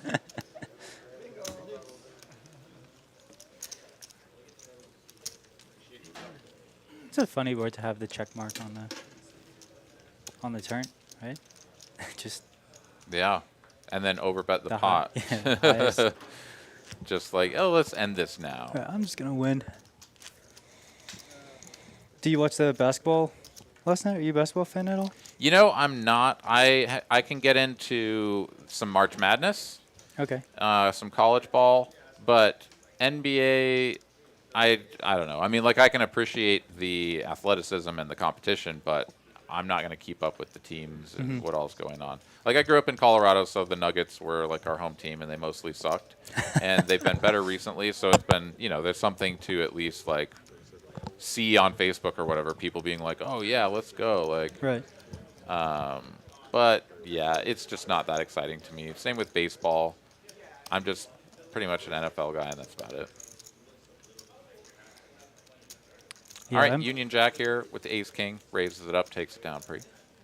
yeah, I'm pretty much a watch like 4 regular season games and then watch most of the playoffs kind of fan. So Okay. it's been, yeah. I just think it's entertaining playoff basketball, and they're so just like basketball and football. I think are the sports where I watch and I'm like, these humans are so athletic, like otherworldly, and it's just fun to like appreciate that. Yeah. So what, the Celtics beat the Heat? Is that Yep. right? Yeah. Okay. It was pretty exciting. The Celtics tried as hard as they could to lose, but couldn't. I'd believe that. They couldn't were getting quite smoked manage. at the beginning of this series. I Yeah. remember watching one game. Right. I think it was like game 2 or something, and they just did nothing. Yeah. Right? Yeah. But yeah, they were up like 14 with 3 minutes left. Don't quote me, but something like that. And then he went on like an 11-0 run Okay. to like close it. So it got close when it shouldn't have been close, but the Celtics still managed to win. And then Gotcha. we'll see. Everybody thinks that the Warriors are going to run over them, but I'm not so convinced. We'll see. Yeah. Yeah, and now that it's the finals, I don't know, I may pay a little bit more attention. Just, you know, the excitement is there for it Yeah. being the finals. It's hard not to, I feel like, right? Like so many people are so engaged with it that just everywhere you go, Yeah.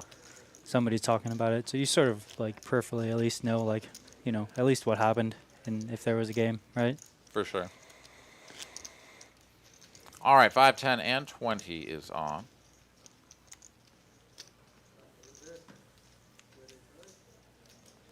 Yeah, I haven't been to like a live basketball game in quite a while as well. But I Right. mean, like going to a sporting event, even if you're not really into it, is always, you know, Just very so exciting. fun. Yeah. But the last game that I went to was a Broncos game, and that was awesome. Oh, that's like awesome. that was really Yeah. fun. Super enjoyed that. All right, let's see who's got something here. We got a bunch of limping, and Jay-Win is going to try to punish the limpers from the button with the King 7 suited, and JC, the last man standing here with dominated clubs, is reaching for calling chips. Hey, gets in there. So Jay-Win thins the field down to just one opponent, and there's a couple of clubs on the flop. Both players working with a flush draw. Jay-Win way out in front here.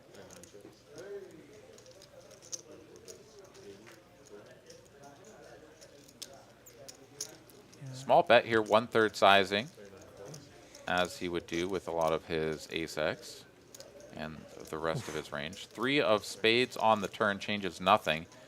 Jay-Win will size up here, I imagine.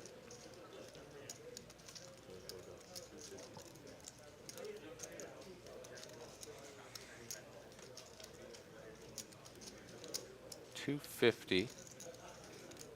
And JC will make the call here, leaving himself just 700 behind. Needs to hit a queen or a 4 to improve to a superior holding.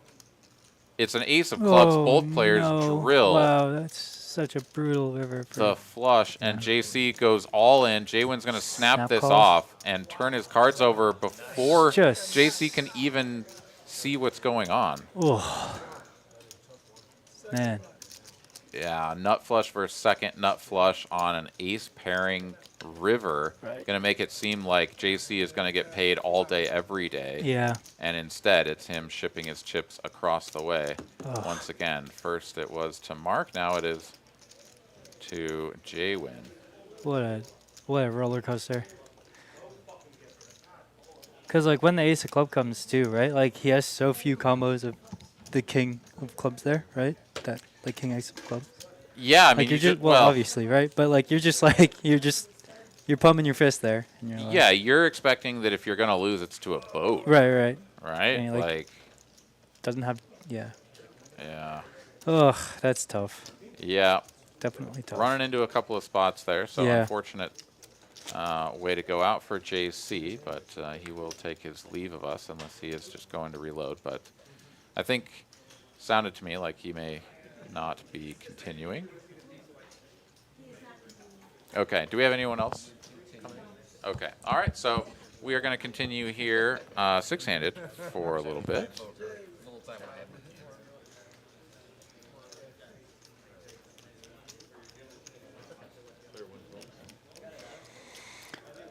Just one of those dream spots for J1 and not fun spots for JC. Hey, John, can I get a color up, please? Color up, please. All right, so we got some limping, and now we've got On raising it up. Oh, he's got the king 7 of clubs, who said that this hand right. did some good work just a moment ago. Let's All right. get back in the mix with it. Jacks in big blind. Healthy squeeze here from Anderson. This wasn't under the gun limp from Jeff. Let's see if he balances like doing this with aces, kings, etc., with some sort of raggy aces. He does seem to be thinking about this as though this could be a spot to put in the back raise. If he did back raise this to 500, like, I think it would work. I really do think that Anderson would give him credit for aces or kings there. But instead, he will tank fold the ace-5. On will commit another $145 to the cause to see if king 7 of clubs is just the nuts today. It's always funny when that, like, the very previous hand was won by a hand and then you see it and you're like, oh, like, we got to try this again. Yeah. And On is the man to do it. So heads up we go to a flop. Anderson with the betting lead and first to act. Comes 10 high. Pretty good board here for a couple of J wins.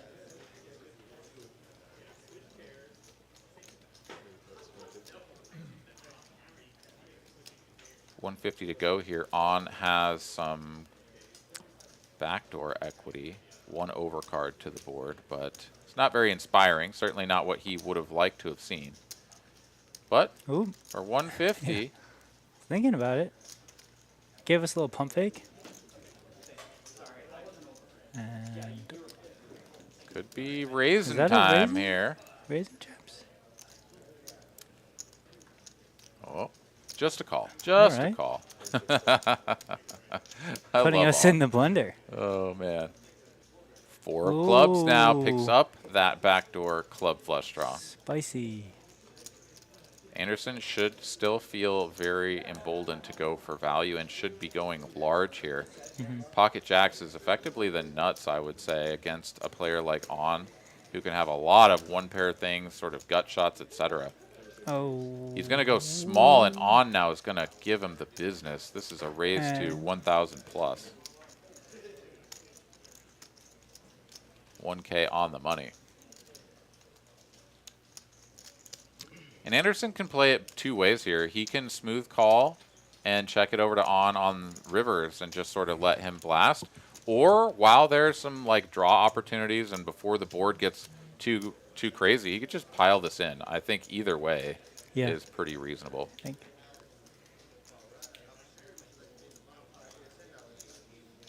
Both options seem, super reasonable. Although, body language. No, he's Just going for the call here. Makes a lot of sense. Yeah, leaving On somewhere around a 60% river jam if he wants it. Harmless 9 of diamonds here on the end. Should be a check over from Anderson, and then we see if On shuts it down or goes for it.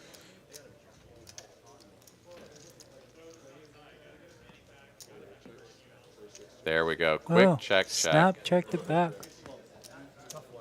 You scared me on the turn there, On.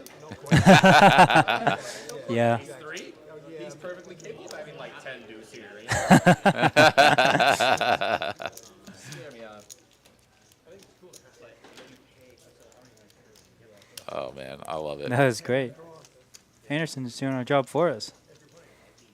Perfectly capable of having some, some weird 2 pairs, something like that. But Camilla here in the chat saying, like the improved graphics. Well, thank you very much. Appreciate that. Speaking of improved graphics, let's go ahead and look at one, shall we? Peep some stacks, and we'll get the old progression over time for these players. Kind of neat. that is cool. You can work on the the timing and the speed, perhaps, of how we look at that, and make it a little bit more visually engaging, perhaps. But yeah, thank you very much for the input there, Camilla. And if anybody else has anything to say about the graphics or the new technology that we're working, please do let us know. We're always aiming to improve. All right, getting a walk is Widows in the straddle, so let's just put that hand in the rear view. Easy money. Easy game.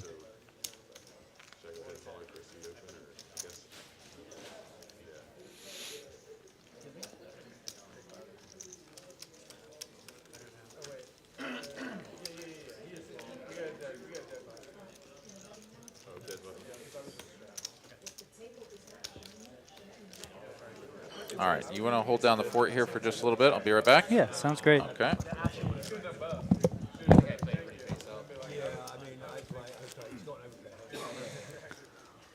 All right, everyone. Aaron just stepped out for a second, so it's going to be just me for a few minutes.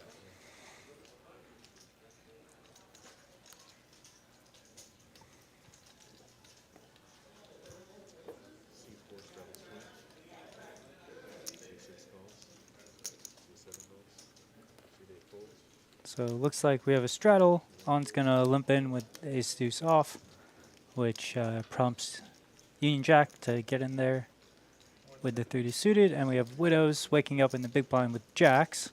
And I imagine we're going to see a hefty raise come in here. And Jaywin probably going to come in with the 3-bet. Thanks. So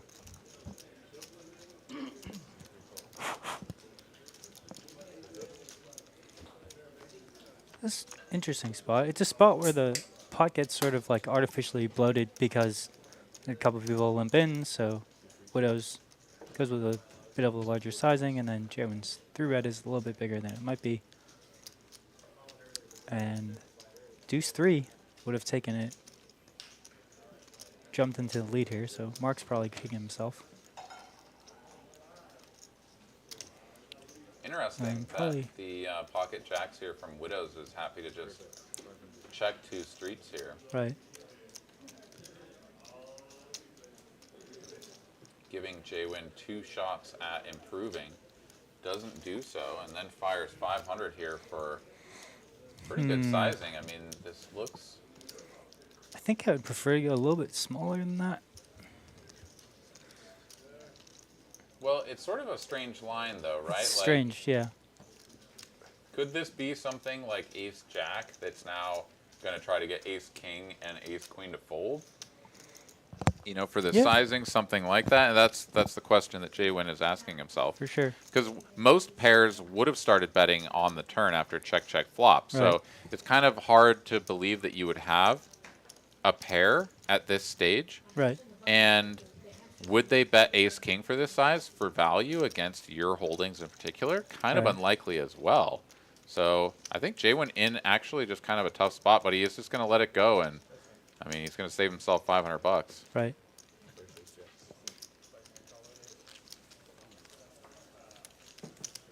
But yeah, I think the standard thought there would be that a pair would start betting on the turn. So just kind of weird. But I think the flip side of that is like, I don't know, this might be completely wrong, but like to me the flip side of that would be like you would think that like it's hard for him to have like real air balls there too, right? Because like I would think that those would also bet the turn. Oh, for sure. But so like yeah, in it sort Jaywin's of comes shoes, down to you're like, your ace highs. Right. Yeah. It's like a battle of ace highs, and then it's like, yeah. I guess you're right. And the out of position player is going to have the weaker aces because they just called the 3-bet, right? So they're going to have an incentive to like try to get you to fold a better ace than, you know, their ace 10 or something, for example. But anyways, let's move right along because we've got another clash. We got, oh, wow. And there might be, wow. Y'all do your thing for right now. Right now, you guys. Yeah, Anderson, after opening the cutoff, is going to quickly He's like, realize "Oh, he doesn't alright." belong in here. Like, Jay Win going for the cold 4-bet from the big blind, taking it up to 400, and Widows in the small blind. Pocket aces, these are two of the deepest stacks at the table, 9K effective. Makes the call. Going to play this one out of position. oh Ace my Jack goodness! 9. Wow. Set over set. Oh my Jay-Win God. here Couldn't script it worse for Jalen. going to get Wow. coolered heavily. Check from Widows. Jay-Win going to continue for 300 here. It's about 1/3 sizing. And Widows, of course, just going to make the call, let his opponent continue barreling. And Oh my wow, God. that is Oh actually my a God, card that that is- could get Jay-Win sort of bailed out here to some extent. I mean, he's still going to lose a ton of money, but when Widows rips it at some point in this hand, he's going to be like, wow, I guess I might not have the best hand. Check I from mean, Widows. Jay-Win yeah. continues 600 now into a pot of 1,400. And Widows is now in a weird spot where he was like going to check raise a lot of turns, and now it's like, wait, I have just quads. Can I actually check raise here? How deep are they behind? I think, yeah. Yeah, just going to make the call is Widows. Off to a Queen of Hearts on the end, and yeah, now, that. now Jay-Win loses to pocket queens as well as ace queen, pocket aces, ace jack, ace 9. Widows, with the way that he's played this, you can't really presume that he is. Oh, wow. Yeah, Jay-Win just got let off the hook here. He loses $1,000. Wow. It just shows you like how hard it is to play out of position, right? Because like you're trying to pile money in there, it's just so hard to get it. Jay-Win just lost Yeah. $1,000 set over set when they were That's 9K deep. That's amazing. That right there is like Jay-Win's biggest win of probably the week. Yeah. And I mean that like literally. Yeah. That was, he could have lost the full 9K. Yeah. So that's like I a just- plus minus 8,000. Yeah. I mean, maybe Jay-Win plays big games, so maybe he's had some pots where, you know, $8,000 swings were happening. But like, damn. Holy shit. dude. Yeah. And he sort of just took that in stride as like, hey, wow, all right, I lost. Great. But you just know that inside Jay-Win is like, oh my God, thank you Wow. for not having that run out be better for me, quote unquote, better for me. Yeah, it's amazing that turning quads is probably not that great for you there, right? And It's then really also, not. Like, It really I isn't. think And the River Queen just Mm-hmm. put the cherry right on top of all of that. Wow. I just feel like at that stack depth, like even though it doesn't really feel that great to raise the turn with aces, like I feel like you just kind of have to, right? Because like you're really trying to get a bunch of money in, right? And they're so deep. Yeah, I mean, I know certainly that, from like- a GTO standpoint, you kind of want to get the money in with your best hands, and quads is your best hand ever. So you're going to want to raise. It's just really Yeah, I tricky as know. to how you do it and what the texture looks like. Right. There just wasn't a ton there, right? Like, it was more likely that Jay-Win would have some sort of just like king queen Yeah, that was bluffing, and you'd rather let him keep bluffing than for sure. raise him. You know, how often does he have jacks there? It's For just not sure. very often. For sure. Anyways, we're on to the next hand. We've got Jay-Win opening to 200, getting basically min-click raised here by On with a dominating ace. Jay-Win will oblige by making the call, and quick check here. Jack high board. That is not a 7 of hearts, that is a 5 of diamonds out there, so we'll have to get the graphics updated here momentarily. But both players working with ace high still On and the king kicker out in front. Nothing changing on the 10 of spades turn either. Although On does pick up a gut shot to Broadway and may, oh yeah, he's all in. Okay. I love how it's like grab the chips, you know, like make sure that you can push them all forward as you say all in. And then J-Win can fold just about as quickly as ever.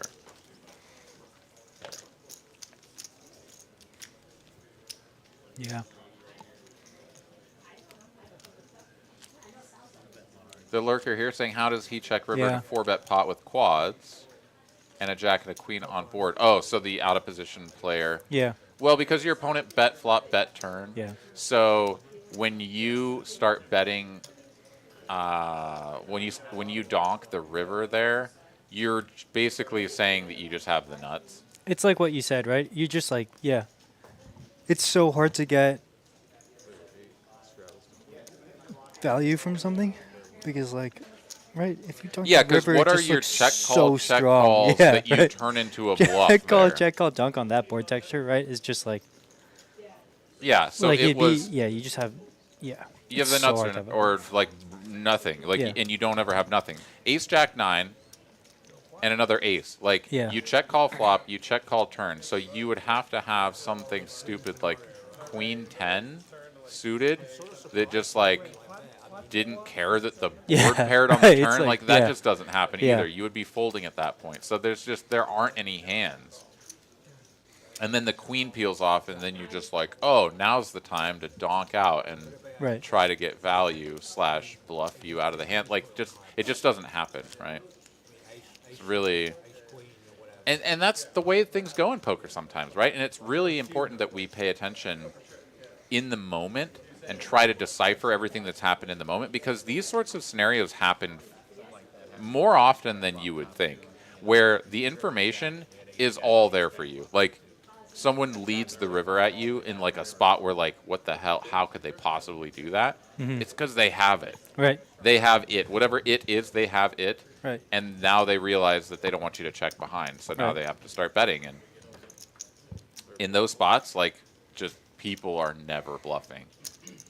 A lot of the time, anyways. I mean, sometimes you find a sicko that's like, oh, I got here with just like 7 high because I just was planning on floating you to see what you Yeah. did on the river. And that card changed the texture a little bit. Now I'm going to fire and just Like- see if you give me credit for exactly what I just said. Like, you just have to be such a sicko there and be like, check call, and then like turning a hand like kings into a bluff, maybe. Like, Yeah, but seems kings, like way overly ambitious, though, right? No, because you'd never need to, because kings are too good. Right, that's You what know. I'm saying, right? Like, it'd be really weird to do something like maybe like 10. I don't know. Like, what bluffs could you possibly have there? Yeah, I Yeah, don't like think you they said, exist. Queen Pocket 10? tens. I guess tens, pocket 10. right? Tens works. Let's take a look at this hand really quick, though. We've got checked through on the flop. Ace Jack bets on the turn. J-Win here had flopped trip kings. And Jeff is still betting here. I'm not sure if he is trying to get value Gets raised, snap or folds. what exactly. Perhaps bluff J-Win off of pocket 5, something like that. But J-Win just snap calls. He realizes that Yeah. Just called, yeah. raising with that hand is only going to get worse hands to fold and, you know, better hands to call / re-raise. So just making the call there with the top trips. But yeah, I suppose Ace Jack 9, check, bet 1/3, you call with tens. Turn is another ace. You Check, unblock bet, the call. king queens of the world, so that's fine. You can check call again. Then a queen rolls off, and you know that they're just going to check it back. So you would turn tens into a bluff to try to get them to fold said queen. It's reasonable. But it's so like out there if you have, yeah, it's just so like, because like if you're widows with tens there, right? Like J-Win has all the ace queen. Yeah, queens, his jacks, range is aces. uncapped, Yeah, so bluffing like, into that is yeah, just it's a just nightmare. like absolutely crazy, right? So then when you, it just yeah, Yeah, I wouldn't like just an recommend it. amazing like J-Win just yeah, to lose like you said to lose $1,000 in a hand where you're 9K deep when you flop Top set over middle set set. over is set in a unbelievable. 4-bet pot is really crazy. Yeah. Pez here asking, what about ace king? I don't know. Let's think about it here in a moment. But Widows has top 2 here. And I guess nobody else has anything to go with this, so it's just going to check through on the flop. A 3 now on the turn, going to give Not nothing to much. anybody. Okay, no, checks through again. Oh, okay. Someone has an ace, right? Yeah. Backdoor hearts comes in, but now Widow's Yeah. going to Get fire some up value. 300 here, full pot size bet, It's called by. and does get called by Union Jack with the ace. So That seems two like pairs playing that one pretty slowly is going to get the value there on max, the end. max value with the Holdem spot. All right, let's think about it. Comes So ace, what about Jack 9, check call ace king, check call ace king, and then bet the river for value. Yeah, but wait? What? I I'm don't confused think- by the question. Like, I think Pez was asking, like, would ace king ever take a check call, donk lead river? Oh, I line? see. And Like, I if don't you're think thinking he about that would in J1 because terms, ace yeah. king now still loses. It loses to ace queen, loses to ace jack, loses to pocket aces, pocket Yeah. jacks, pocket queens. Like, there's so many it's things. yeah, it's funny that to it loses say, to. It's a bluff right? catcher. Yeah, but it's like you're not if you lead ace king there, right? Like, it's kind of tough to get called by worse.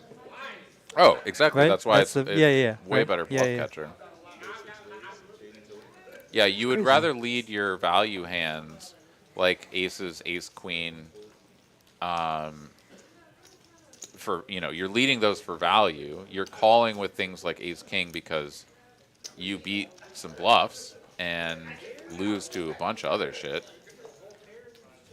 But the thing that we were trying to figure out is whether or not you would have enough bluffs at all to do any leading, right? Yeah. And if the best you can come up with is pocket tens, which I think is honestly the best bluff there, then you only have 6 combos to go with. What are all your value hands, and you kind of have to balance those things out. Anyways, let's take a look at this one on. And like you said, it's just That's crazy both, to see anyway. somebody like, yeah, with how the action went to lead river into the person who's the 4-better and just uncapped seems pretty crazy. With Yeah. tens, right? Because yeah.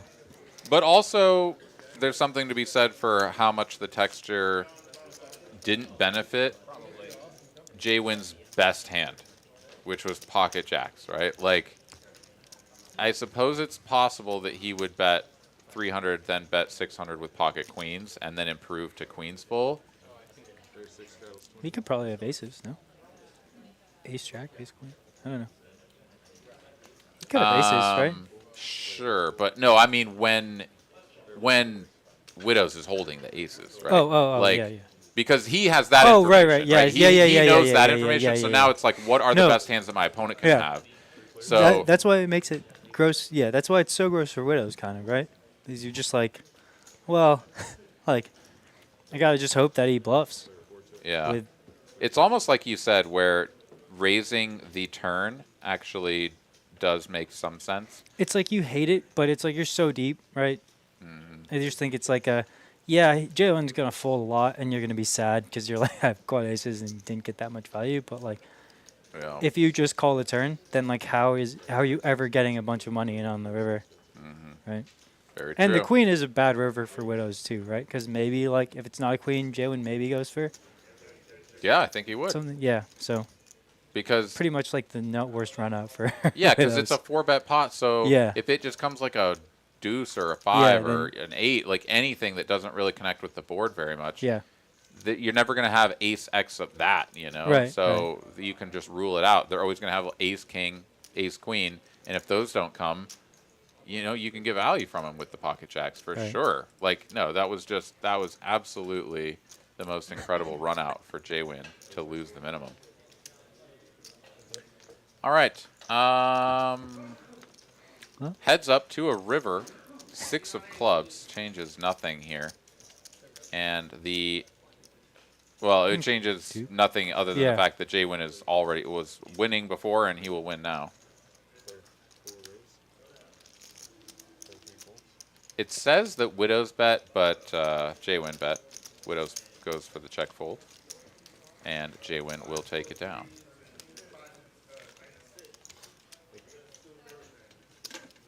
So, you know, we've talked about a lot of strategy and different things going on here. Have you used any sort of solver studying, or maybe like online courses, things like that? Have you Yeah. factored that into your game? I use like I think it's called Post Flop Plus on my phone. Okay. And then it's like it's pretty good. Pre-solved ranges, right? And like looking Yeah, at yeah, different yeah. spots, like 20 through 50 big blinds or 100 big Right. blinds. I think stuff it like goes that. up to 100, and you can actually run hands, which is cool. Mm. But yeah, I think you can, like, for me, like, I'm not trying to be some crazy, insane crusher. Like, I just want to have like a general idea of like what's going on. Sure. And so like I think I can extrapolate enough out of that stuff to like learn a bunch from it still, which is great. I think it helps me more in tournaments. I've been more interested in tournaments recently too. I think Yeah. it's just like, it feels to me like you can learn more about tournaments because by nature you're usually shallower, right? Like you just, people get like way out of line less often, and then you can like, you know, actually try and play close to what the computer might say to play, right? Okay. Like when you're in these games that are like, you know, sometimes that the 2-5 game that we play gets you know, you're sitting with 1,000, like a million big blinds, right? And then like you're in like this spot where it's like, you know, 6 ways in a 3-bet pot, and you're like, yeah, just throw, you know, all of the like try running that in a solver and see what it says. So kind of Jaywin stuff, right? is going to make the call here. Pretty much interesting spot. We had an open, raise, re-raise, and now a call here from Jaywin. Oh, whoa. King 8 of clubs. Out of position. He's going to check this over, and Widows, who just has the 10 high, gets the most brilliant board ever to just c-bet and win all the time. Yep. And does take it down with the 10 high. So some button on blind violence right there, with Widows coming out on top. Sorry to interrupt you, but No, that's fine. yeah, that was a spicy spot. Yeah, no, I agree with that a lot. I think the tournament spots are fantastic to analyze. There's also so much nuance when you get to these shallower stack sizes, because it's like there's a huge difference between 30 big blinds and 20 big blinds and 15 big blinds. Like how you play in these different scenarios just dramatically varies. And then the difference between like 30 to 100 is also different, but like the transition is less dramatic than going from 30 to 15, right? And so there's a lot of inflection points where you're like, oh, I'm at this spot, and I have 22 big blinds, and it's this guy opening against me in this position, and like that would be very different if you just added a few more big blinds to your stack. And it's tough to internalize all of that, to digest that, to turn it into actionable information, for sure. But it's fantastic. I love it. For sure. Fascinating stuff. It always feels like you have something to learn. Like I've been playing a few like things on like small stakes tournaments on like ACR and stuff, just to see like, you know, just to test out stuff and see how it goes, right? And then like I've been seeing a lot of like, or a spot that I noticed happening a bunch is like small blind will jam like between 20 and 30 big blinds over like button open a bunch. And I was like, this is so interesting to me. Like I wonder like what your range is supposed to be like when you're on that. Like just, it seems like an absurd jam to me, right? You jam 28 bigs over a 2.2 big open, right? But like I just have been seeing it a bunch, and I'm like, oh, okay, this is pretty interesting. Like should look into this and see like and then you find out that like, and you're like, oh, this is actually this is a thing. Yeah, like for sure. And then you think about it and it's like, oh, that actually, you know, kind of makes sense, right? Because like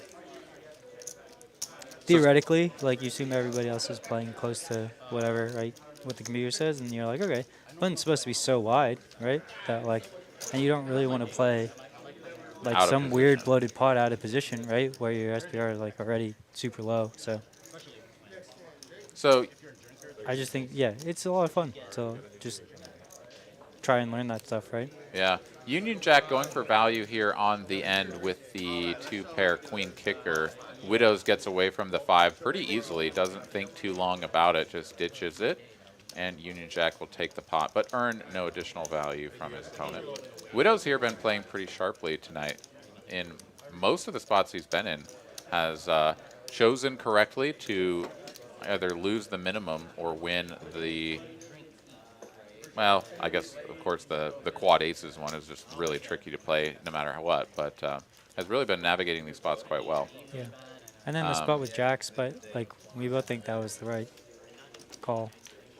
Yeah, Against yeah. on, but No, yeah, you it's just, just I like think you had to put it in there not against fun. on. Yeah, Just my so my not chips fun. would have hit the So middle fast, yeah. instantaneously. Right.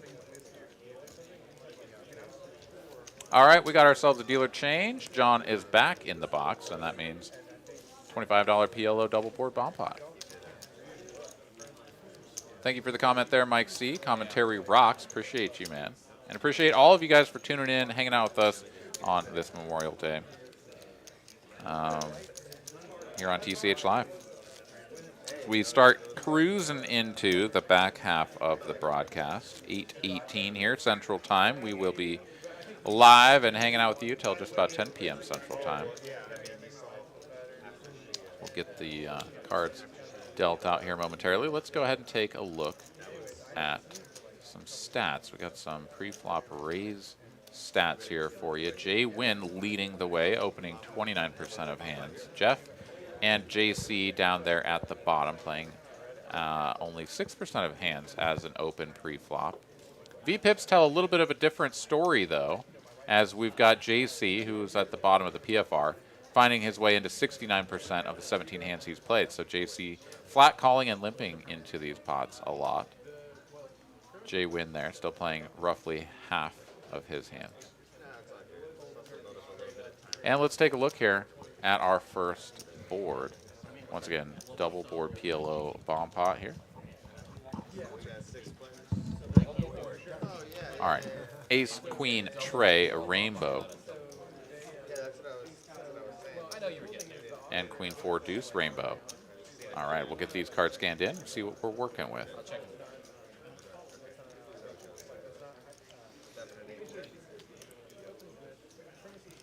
Anderson with a queen. And up and down, straight draw on bottom, gut shot on top. Jaywin, a very similar looking hand. In fact, those two hands are nearly identical aside from the danglers. Widows is in the mix. He's got an ace.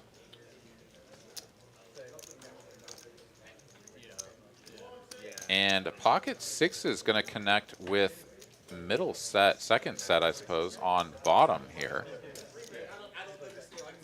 Aces and trays on the top board. Check call. Is Jaywin going to bet another 250 on the turn?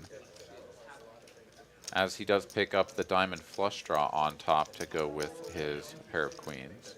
A little bit of an ambitious bet there, but I don't know PLO as well as others, so perhaps it's just fine. Four on top, jack on bottom, so it's going to be one pair and two pair, but it's actually going to be a scoop here for Widows, as he's got a superior pair on top and the set of sixes on bottom going to get the job done. So Jaywin will turn his cards over and Widows will drag the pot, moving up over the 10K mark, very nearly up to 11K. As we take a look at the stacks here around the table, Widows leading the way. Jaywin still sitting on a healthy 7.5. Anderson there on 5K. Union Jack not far behind. And Jeff and On there in the 2K region.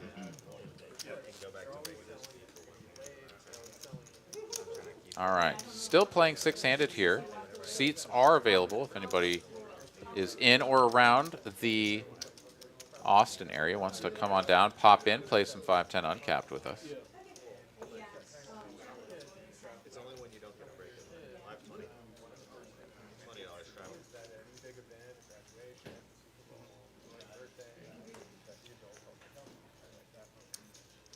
Four raise 75.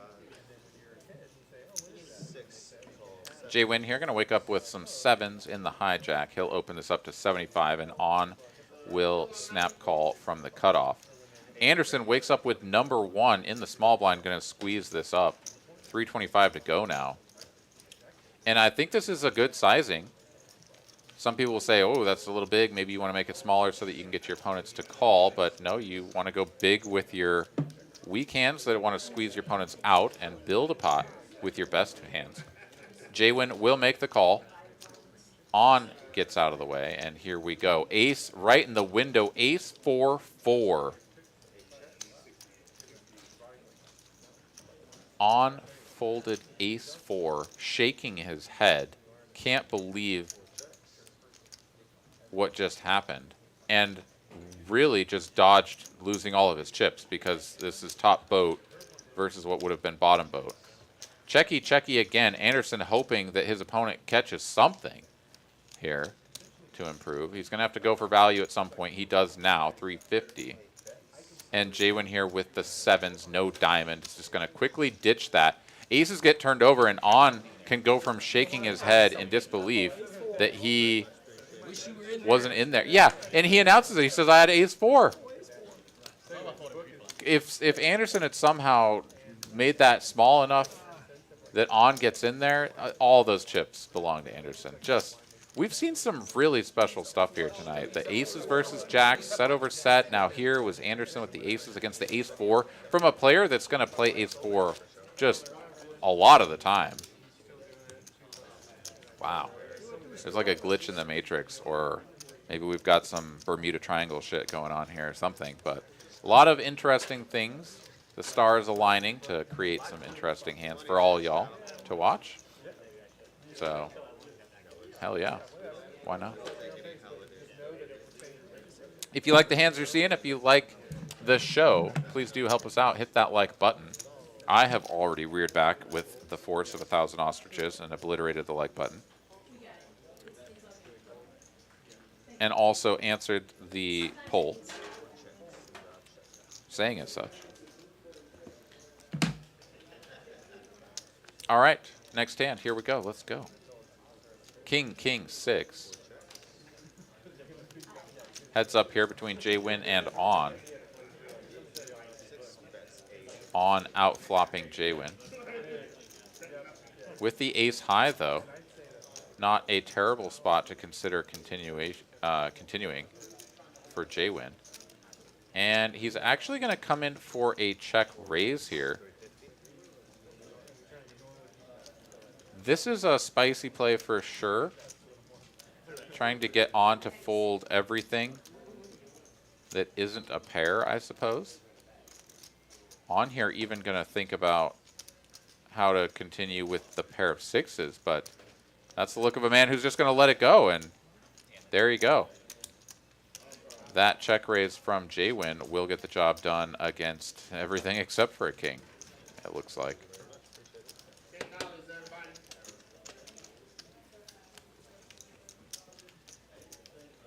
King's good, sir. On announcing king's good. Well, it would have been.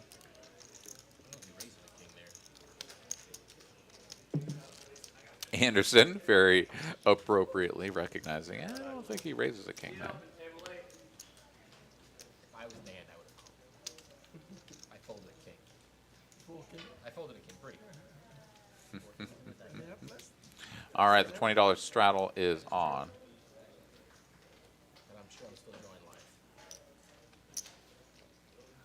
7 raise 8. Union Jack, gonna open this up. 9-8 offsuit.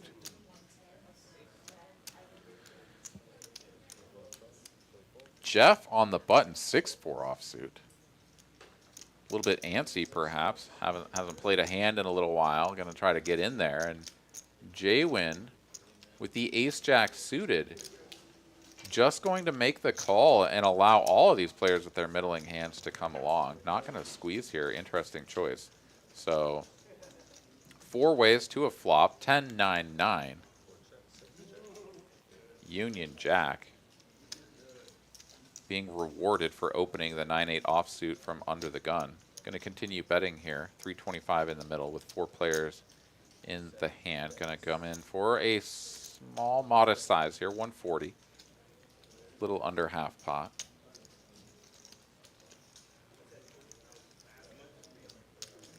Jwin, his hand is sort of under-repped, and he's got some backdoor equity. See how he handles this situation.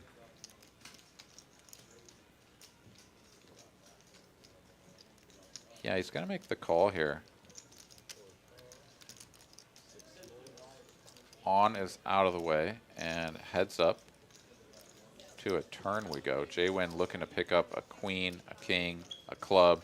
An ace is a bad card for him. He's going to like it at the moment. Checks it over. Union Jack definitely can continue betting, and big here, as some of his bluffs on the flop will involve an ace and perhaps some backdoor flush opportunities. 310 here for just about half pot. I think Jwin here has a very clear check call. And he obliges. 1200 in the middle. Here going to a river. Jwin going to need an ace and only an ace to improve to the winning hand. But it's a king of diamonds. Now Jwin will chop with all other aces that are not ace king. Or ace 10. Or ace 9. Of course, those don't really count. Checks it over. Union Jack here bets 400. And yeah, I don't really see how you can fold for this sizing. I mean, it feels sort of silly because would anybody ever bet an ace for 400? Would they bet anything that isn't value for 400? But yeah, you still have to call and find out that, yeah, he just had it the whole way and oops, bad turn. Another tough spot there for Jwin. Doesn't lose too much though. And a nice spot there for Union Jack, moving up to just about 6K. Let's go ahead and take a look at the stats between Union Jack and Jwin, shall we?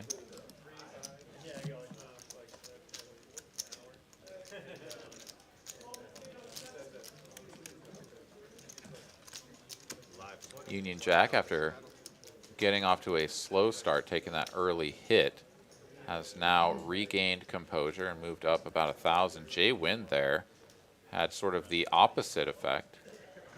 An early hot streak, culminating in a couple of big hands in the negative here recently. But that number could have plummeted all the way down to 0 on that set over set hand against Widows. So pretty fortunate for Jwin there still. Shaking his head a little bit as, yeah, it doesn't feel good to lose, but sometimes losing less than you should have is just as good as winning. Union Jack here going to play the 7-deuce for the love of the game, and perhaps because the 7-deuce game is maybe happening. No, not on. 7-deuce game is not on, but he's just going to play it for the love of the game. For the love. Going to be tough to win. Yeah, top pair and a bad gutty here for Widows. That's 75. And on gonna go for the check raise out of the big blind with ace tray off. Creative. Yeah, Union Jack, of course, gonna ditch the 7 Dewey at this point. All broadways, you see a check raise from the blind. Yeah, you're just done. Widows, though, gonna make the call. He's like, nah, bro. You could be up to all kinds of stuff. And it's just gonna come an ace here now. On improves to top pair.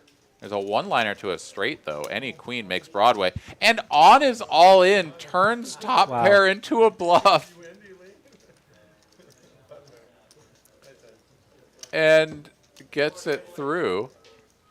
Wow, huge. That's amazing. Yeah. This is a huge overbet, right? Like 2K? Yeah, sure. Huge. He won 360, bet 2K into it or whatever. So, yeah, no, it was a quite large overbet there. Turning top pair into a bluff. Oh, man. Love to see it. All right. Oh, man. Texas poker is just alive and well, and I love it so much.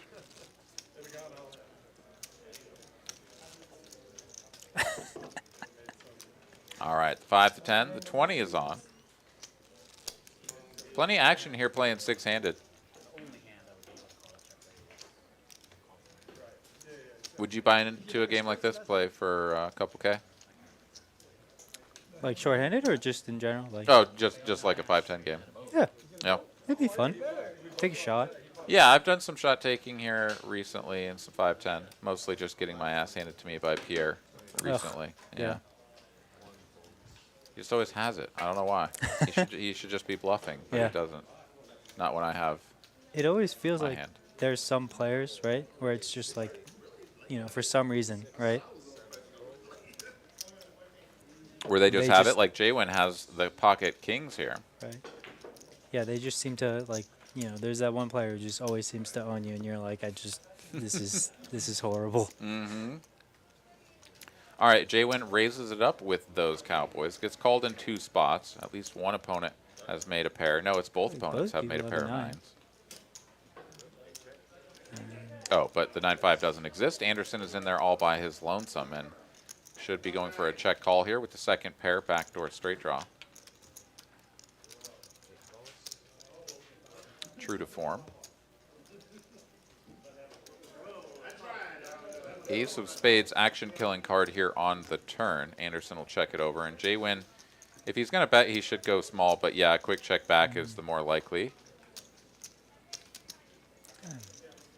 And a 10 of clubs here makes this board very connecty and I'm sure he's happy to get to showdown. challenging to get any additional value. Yeah, so now Anderson's sort of the recipient of a lucky run out to not have to put more money in there himself. Had the 10 come on the turn and the ace on the river, right, you could see Jaywin betting and Anderson calling all day. So at least one street of value negated. What do you think about the having your little profile picture up here next to your cards? I think it's cool. Yeah, I think it's great. It's awesome. It has a very much like a like World Series of Poker on ESPN vibe. Mm-hmm. My VPIP is the lowest at 27%.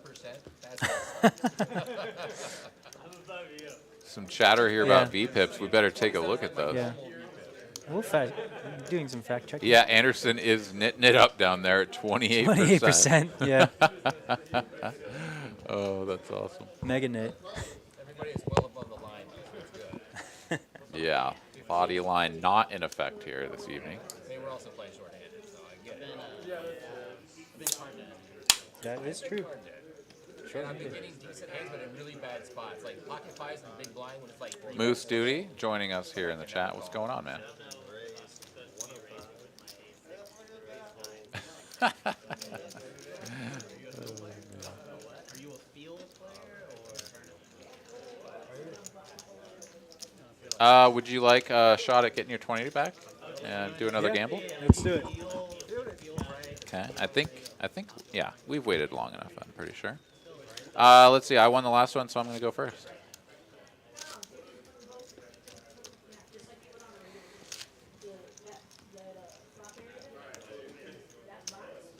$500. Oh my god. Yeah, I'm a baller, dude. Been Rolling. banking these points for a little while. Ooh, 24. I think you can beat that. All right. Seems good. I don't like it, but I think you can. No, you're going to get a 17. That's rude. Well, you know, I'm mouth to feed. It's mine. Oh, Ragnar squeezing in there, taking your roll. Let's see if Ragnar takes your 17 or takes the roll that would have beat me. Okay, the 30's gone, and it didn't matter. Everybody can beat a 24. All right, we're back to square one. All right. Or just let him take it back now and hold his head. I'm good with that. Sweet. We've got limping happening here. Whatever. Yeah, so I guess players joked around about Honestly, guys, he said he's throwing it in. Like, Okay. All right, the 20 was on from Widows, and then he's not at the table, so he is just going to have his hand folded. Whoever wins the hand gets 20. I mean, if I win, I will take the 20. didn't want to like sit down. Queen 9-5 heads up here between Anderson and On. Checky, checky. it's like I wasn't gonna do anything and then they're like going butt into center in a strap. Most meaningless card to ever exist comes off on the turn. Checky, checky again. And the second most meaningless card in the world comes off on the river. King high, no good. Ace high wins. On drags 50 bucks, and that's the end of that one. Trevor wants to know, when does the stream end? We will be cutting things off right around the 10 p.m. Central Time mark. So still an hour and a half left in the broadcast. And technology and healthcare came a long way. Miss mine. Put this table down.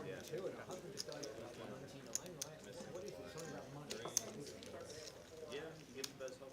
Have you played on the new table with the new setup and stuff? I have, yes. So I got to play so we did like a test stream to try to work out some of the kinks.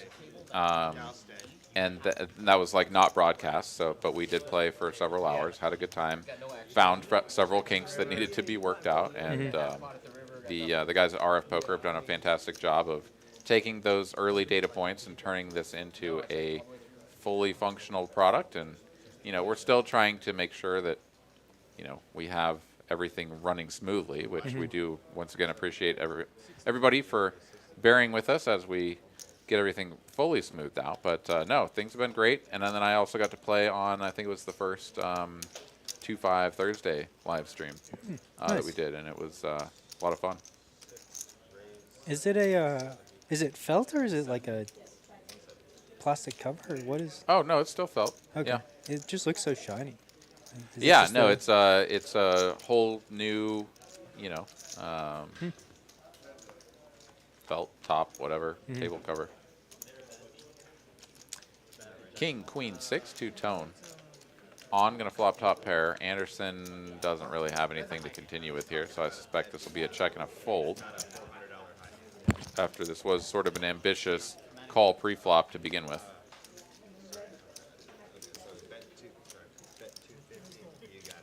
Trevor wants to know, are they doing bomb pots? Yes, they are. So every time the dealer changes, we do a double board PLO bomb pot with a $25 ante.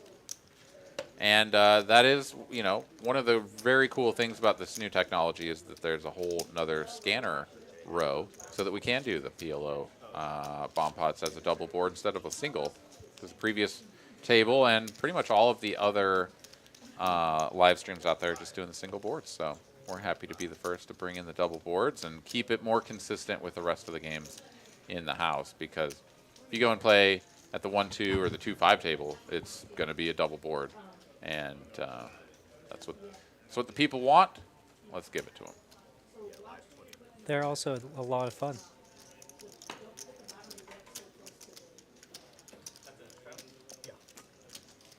Yeah, they're fun, and they can be very expensive. Or make you a lot of money.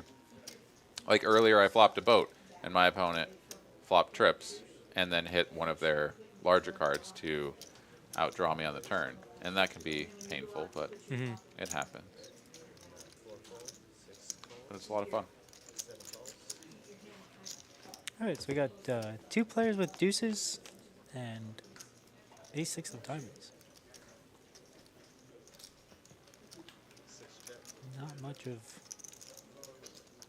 Yeah, both Union Jack and Jeff have not fully scanned their hands, so... Although...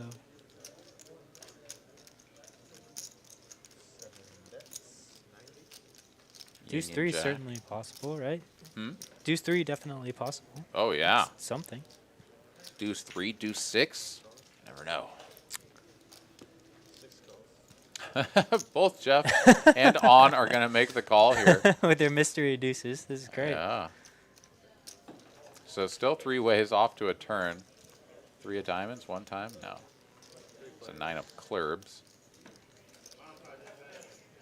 Imagine this.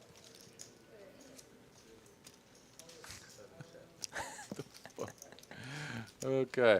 On checks, Union Jack now going to slow it down with a check, and now let's see how Jeff responds to this action. I mean, having a deuce of spades pretty much immediately indicates that, like, you would appreciate it if everyone folded. So a bet is in order. 200 to go here.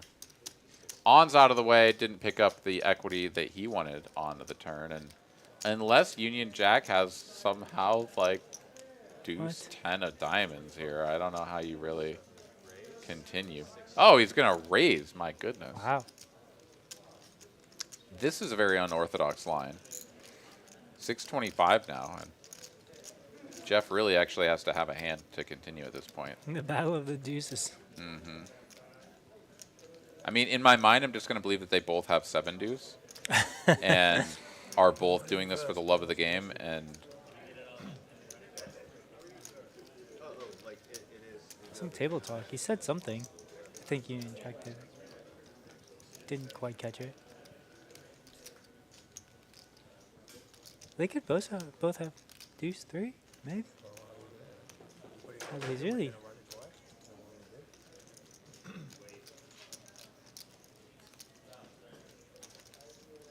Jeff is really thinking about this.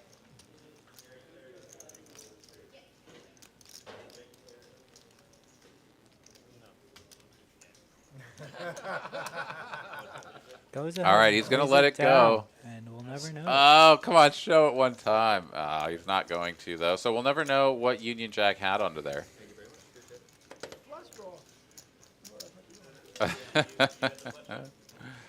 Oh, man. I do love it when we get into the raising wars where, like, nobody can really have a decent hand. Yeah. And you're just like, all right, who's going to Like- just bulldoze their way to the victory here? And in this instance, it was our good friend Mark over there with the Queen of England cheering him on, leading the way even. 20. I was talking. We're trying to do some sort of bomb pot situation that isn't quite right. Oh, missed the blind. There it is. Okay. I was going to say, doesn't make a ton of sense, but... You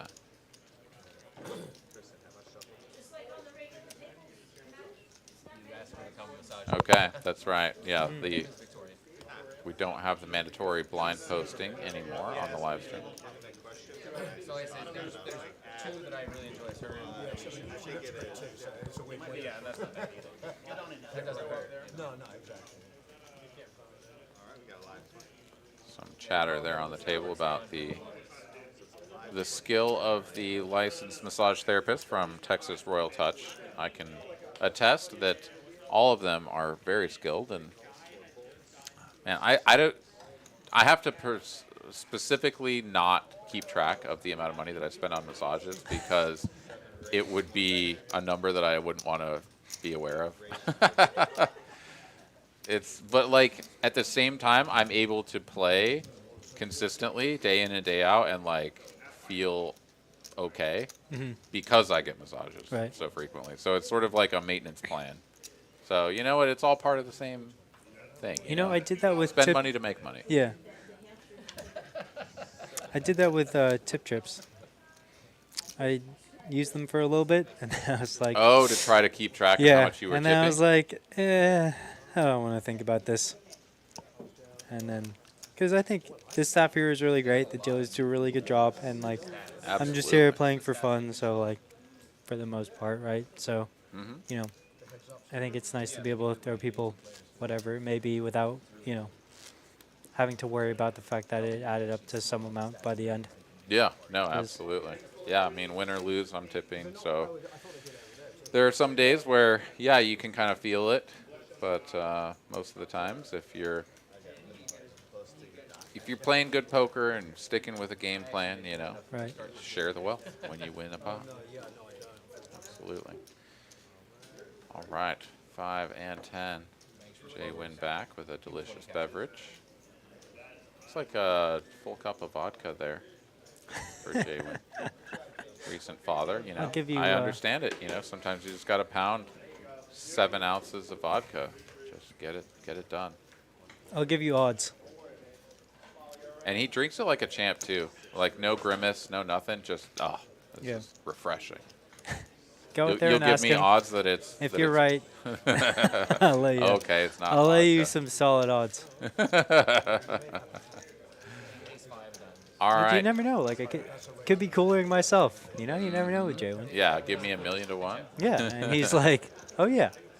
And you sniff This it, and you're like, is- oh my god, I don't have $1,000,000. King 9, King 8, both players flop top pair, but it's a monotone board. Checky. Now Anderson's going to come out for a middling size here, 35 to go. On, gonna raise, as you do. Interesting. Yeah, Anderson here, snap call. No reason to do anything else. Of course, now it's just going to be check on the river and likely check unless on improves. And he does to 2 pair, but it is now 1 card to a flush. And Anderson going to find out that he just got wrecked on the river. Absolutely gross news.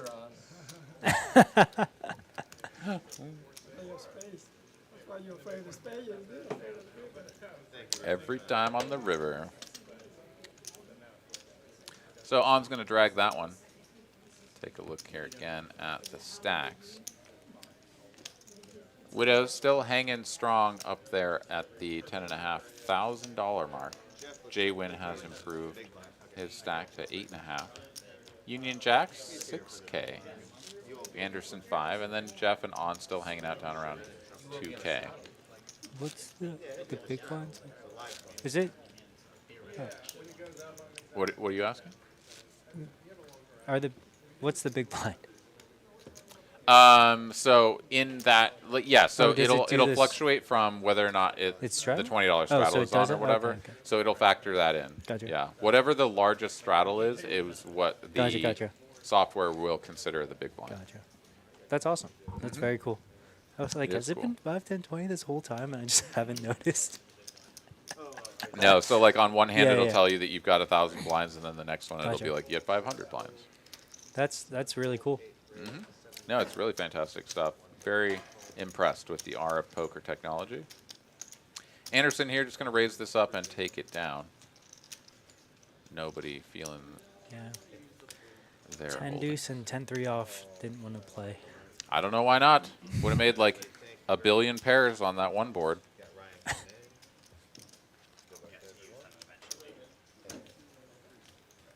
The button move after that hand? Yeah, he was the straddle. Thank you. Any little bit of help I can get, boys. All right, dealer change and bomb pot central. As we got Ryan hopping into the box here, going to sling some cards for us. I don't think anybody wants to play this game. Nobody wants to play this? I think the fact They that must they're be talking six-handed about- and haven't had yeah. anybody fill in. I mean, so yeah, I the see. thing is that there's a 2-5 game running over there that, you know, we just came from before we hopped in the booth here, and that 2-5 game was quite good. So the players over there may not feel incentivized to pop over here and play with these guys for all of these chips, but that's pretty much how it goes here at TCH Austin. There is just so much action everywhere that, you know, yeah, there's seats open here, and this looks like a great game, but do you need to go there? Right. Why not just stay where you're at? So plenty of players here that would be able to hang at these stakes. We've got Sai out there on the floor, plenty of other players over there at the 2-5 game that would be happy and do quite well in this game, but, you know, Yeah. I mean, why move when you don't have to? I got here and that game was full and I was playing some 1-2 while I was waiting, and then I got a seat and I was like, this 1-2 game is pretty great. Oh, yeah. You know? Yeah, and Like, you were sit like down in wondering some if of you the should 1-2 even games step and you're up. like, Ooh, Padawan producer Kristen flexing on us over here. Right. About her 500 big blind win. Nice. Yeah, well, when That's you a- run them yeah. over, you gotta flex on them. All right. 4 spades on board here. Let's see if anybody's got spades in hand. And what do you Oh. know? Jeff has the best spades in hand. it's, yeah. On Such a- though, gonna bet out here. He has quad 6s, and by quad 6s, I mean he can never get quad 6s because he has 3 of them in his hand. He has top pair on one board and bottom set on the other, though, so he feels inspired enough to take a stab. Jeff, of course, going to continue with nut spade draw on both boards, and Widow's here, top 2 on one, Is that a, and top 2 on the other as well. is that a royal? Yeah, it is. Yeah, is that that's a royal flush. That's for a good Jeff. hand in poker, folks. It's wait, is it? Yeah, it's the best hand in poker, actually. Yeah, no, that one's not going to lose. So Jeff is going to get half of this pot. And he's got. And everybody's scoop still in there. potential. Widows really doesn't want to make a boat on top, and he doesn't. Ooh. board gets kind of straighty on bottom as well. That's not a 5 of spades on bottom. So the river cards on the board are incorrect. Jeff here with the royal. And a lock on half the pot. It shows that there's a 5 of spades on the bottom. I really don't think that's what it was down there. I think it was a king. Thought I saw a red king. Yeah, it was a Broadway card. Exactly, red king. Yeah, 7 of spades on top changes nothing. On here does not improve to a full house and is sitting on just a pair of 9s on bottom. But he has half. And this is a player that has gone for a check call on flop and check call on turn. Now leading out for 500 half pot, like that sort of raises some alarm bells. But let's see if on is a non-believer. Sometimes you can talk yourself into thinking that maybe I can get half the pot. So let's see if on does that to himself. Right. No. Seems fairly ambitious here, right? Where He's going to show his quad 6s and lay it down. Will Jeff show the royal? He will. He's like, yeah, I got it. Got the royal. yeah, quad 6 is still loose. There you go. Let him play. Let him play 3. Yeah. Can we do that? Can we play some hideaway or something?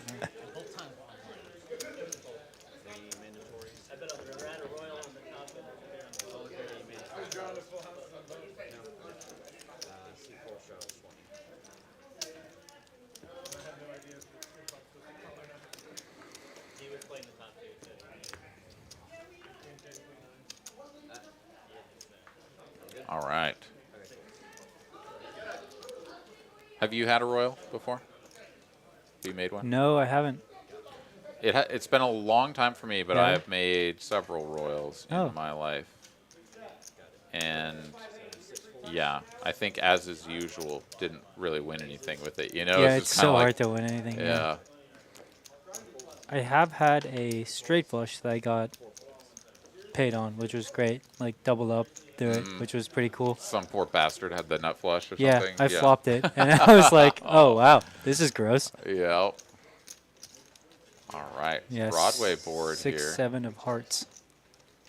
has Anderson will outflop widows, but just by sheer aggression is going to win this one, not necessarily by hand strength, because this was a battle of 2 pretty raggy hands, considering that board. Oh, in fact, yeah, it was not a 7, of course. It was a 10 out there anyways. So we are getting quite a bit of crosstalk between the sort of the deck cards. Yeah, you can see Ryan now realizing that he should be shuffling over off to the side. I think we're still just working out all the details on, like, when you need to be away from the scanner, when you can be on top of the scanner, et cetera, et cetera. But I think for the most part, the new technology is really pretty good. Jacob here saying that some guys play for decades, never get a royal. Played for 7 years and had it twice. Yeah, I think I've had it twice, maybe 3 times. I don't know. It's all kind of blurry because, again, you never really win anything unless there's some sort of like high hand or something where Right. you get paid out for having it. You're not really going to remember it because it's just kind of another hand. But there is Yeah, something I agree. special about being You're like, just oh, like, I oh, had a yeah. royal flush. Yeah. Show the table. Actually, now I remember I had a royal flush in a bomb pot. Sort of a similar situation where, like, I turned the royal or something like that. And it wasn't like somebody had, you know, the other end of the straight flush or something crazy like that to where that could really get paid off. But I remember it was like the other board was super, like, board pair, whatever. So, like, a couple people had, like, boats over Oh, there. yeah. So they were putting the money in. Right. And I just got to, like, scoop the big half. Yeah. You know, being on the royal side. That was lovely. That's a beautiful spot in the bomb pots, right? Where like you have the paired board on one side, and you know that 3 people are fighting for that one, and you're like, yep, I have the nut flush on the non-paired board, and I know I'm getting half. Like, Yeah, like let's pile as many chips Yeah. in the middle as we can. And I'll quarter your asses. Or whatever, half your asses. All right, Widow's here with the Jacks. J wins is going to finish with the best hand. He's going to bet out 275 on calls with top pair.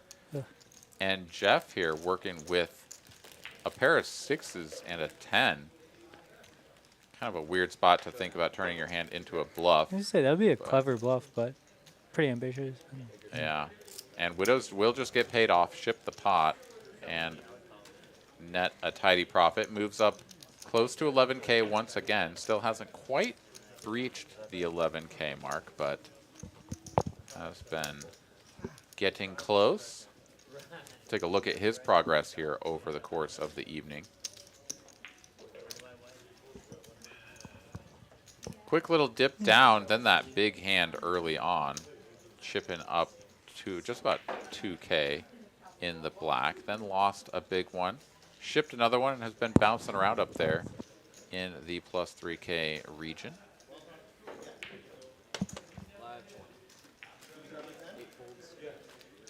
Jacob here saying that on one of the Royals, you were one card away from the bad beat too. Oh, man.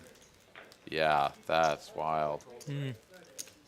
Yeah, bad beat jackpots, man. I've only ever been part of the room share on a bad beat. Have not gotten myself into a bad beat situation personally. But that would be pretty awesome. Especially if it was like $1 million or something stupid, or even just 100K. Like, give me a big piece of that. That'd be awesome. Yeah. All right, buttload of diamonds here on board. Union Jack, the only player with a diamond, and it's the butt flush diamond. 2 of diamonds. Gonna win if we get to showdown and the board doesn't do anything crazy. Oh, it couldn't have done anything crazy. I mean, I guess you could have had a higher diamond come out and everybody chop it up, but nobody had 2 pair anyway. So the deuce of diamonds. Is it gonna slow roll? Oh, there we go. Flamin' hot Doritos in hand. Mark here gonna drag the pot with the deuce of diamonds. 15. Pretty ambitious. Gotta love it. Right? On bed 15. I know, I was watching it. Yeah. We were all wondering what you Yeah, I mean, Yeah, you for know, value. gotta get that value. Yeah. Pretty ambitious. Had he bet like 40 or something, the deuce of diamonons might have been like, all right, I guess I'm I done. fold. Yeah.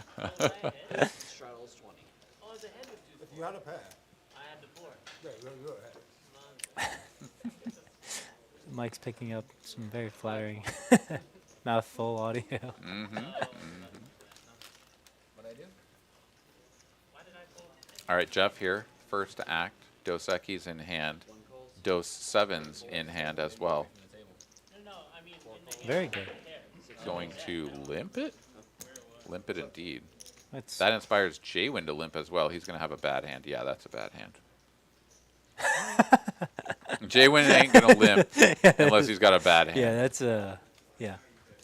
But it has to be so specifically bad, right? Like that is like the kind of hand you could see, right? Yeah, yeah. Like if it was a little bit better than that, he would raise. Right. And then if it's a little bit worse, he folds. It's Yeah, just yeah. like, yeah, it has to be like that. Yeah, and finds a flop that really doesn't hit him at all, which is usually the case with 10-4.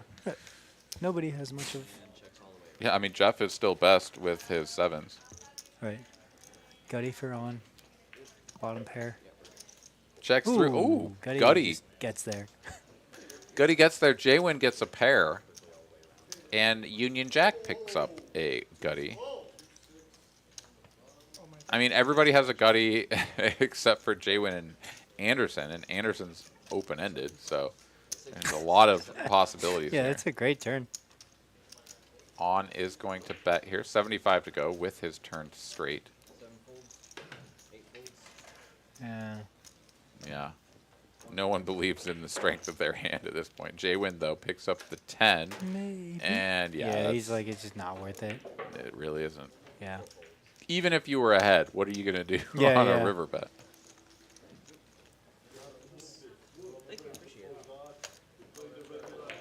Sometimes you just have to be a hero, you know? But that definitely wasn't the spot. You're first, actually.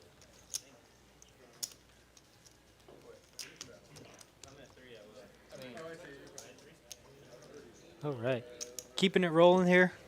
Some Rolling. 5-10 action from TCH Austin. It's been a pretty interesting table. Been relatively short-handed for most of the night, but I think that's encouraged a lot of the players to play wider ranges than they might otherwise, and so seen some pretty interesting hands so far. Hopefully we get a few more to end the night. Yeah, absolutely. Jeff here going to raise it up. UTG, King 10.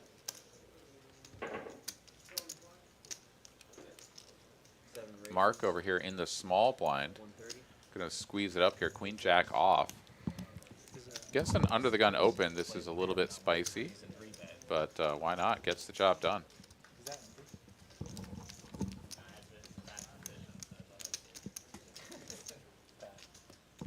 No. You want some? Okay.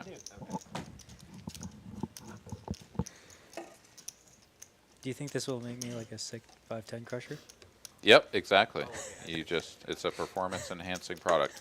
All right, so onwards and upwards. What do we got here in the chat? Reina has had Royals in video poker. Straight flush at the 1-3 table up at Windstar. Okay, nice. Yeah, straight flushes I've had, who knows how many. I mean, not like, I get a straight flush all the time, man. I'm kind of a big deal, but just like, yeah, I've had a few. The really spicy spot is when you get it and someone has the nut flush. Like that's how you really get paid with the straight flush. Or it's paired board, someone has a boat and they don't really see it because they think they're getting value from the nut flush, so they're happy to pile all the chips in. But still, just sort of yeah, low probability events.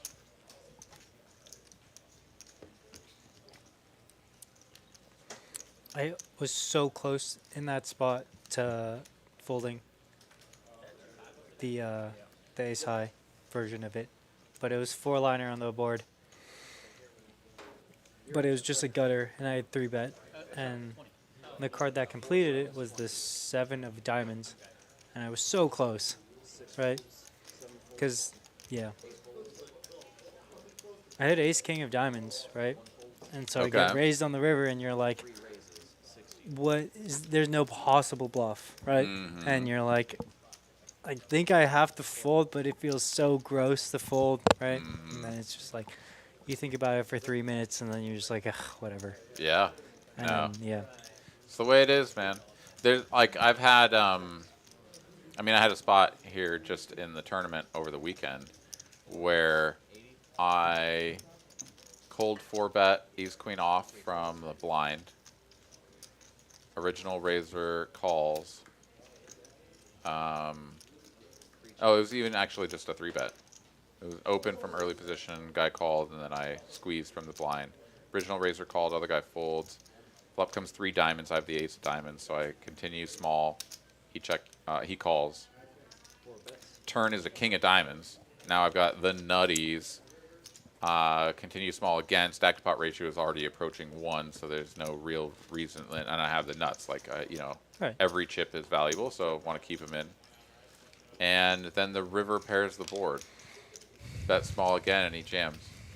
And it's like, there's no bluffs. There just aren't any bluffs. It's like nobody's, it's so hard, right? Like, to find bluffs. And so I folded, and he told me later he had kings for turn turn top set and rivered boat, and I believe him. So. But to convince yourself to fold the nut flush there is so hard.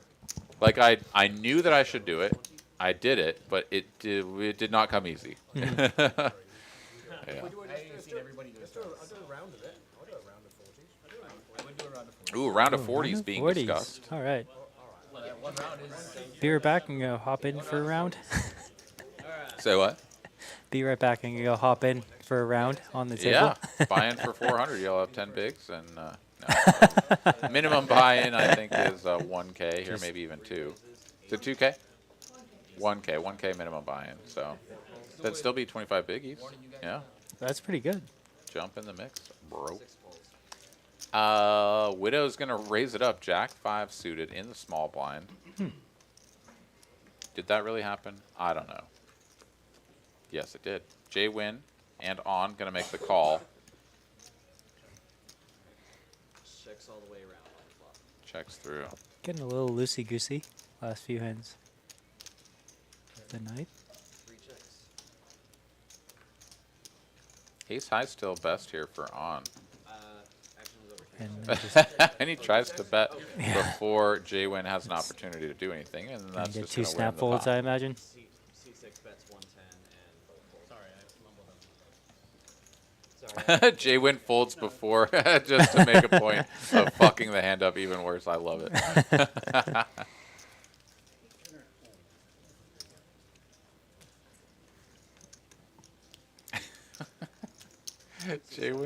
Jwin is great, man. All these players are great, but I particularly enjoy Jwin's like little antics. He he knows how to sort of pile onto a dynamic and just like make it even weirder if it was something weird, or make it really funny if it was already funny. Like, For sure. I love his style. Peeping his watch there, probably got an update from his wife. Something like that. They got a brand new child in the family, so always got to give the special shout out to Kings for Jwin, his family. All right, 40 is on. Widow's gonna raise this up on the button. I love these short-handed games when the straddles get all the way back to the button, and then it's just like, well, I guess that's it. It's already back on the blinds, you know? Earlier, like, we got the 2-5 game started, and there were 4 of us playing, and so it was just 2-5, 10, 20, and then it was like the small blind just had to go. Yeah. It was pretty great. All right, Jwin here going to squeeze from the small blind, ace-7 suited. Yeah. Widow's going to make the call, play this in position, so a battle of the suited aces. Ace-7 deuce flop one time. Max Payne? No. 2 spades, 1 heart. Jwin, though, with the betting lead here. Let's see how he approaches this. Bet small. 4 bets. 375. Yeah. Makes sense. And With the ace deuce of seems hearts, very, continues in very order. reasonable, yeah.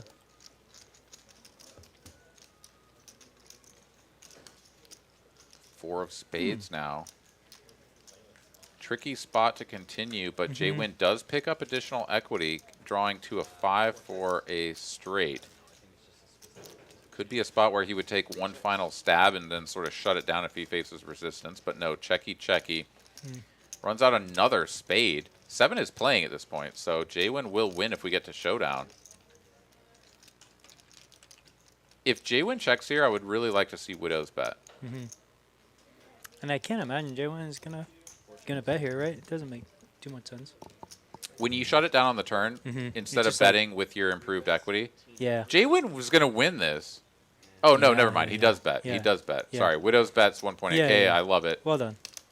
It's a And well-played hand from both of them, I think. He shows it, and Jwin's like, oh, my God, I man. was best with the 7 kicker. Yeah. But, of course, you can never call. Right. Well played by Widows once again. I've enjoyed his game here this evening. It's been Yeah. entertaining, and largely, I think, it's a pretty good strategy here.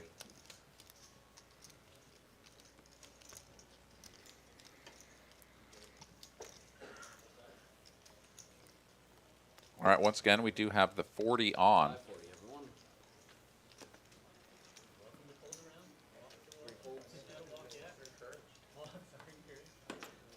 Jwin on the button, Queen 8 off. 4 raises, 100. Going to come in for a very small raise. 8 folds.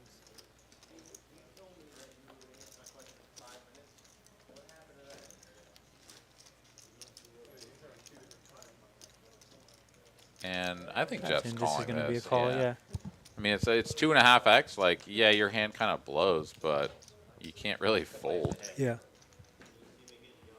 Does make the call. Heads up we go. Jwin, betting lead in position. Gets out flopped. Always a fun spot in poker. Yeah, that's hand 67. I think it's a 65. My hand sucks, but I guess I call. Best I can tell you.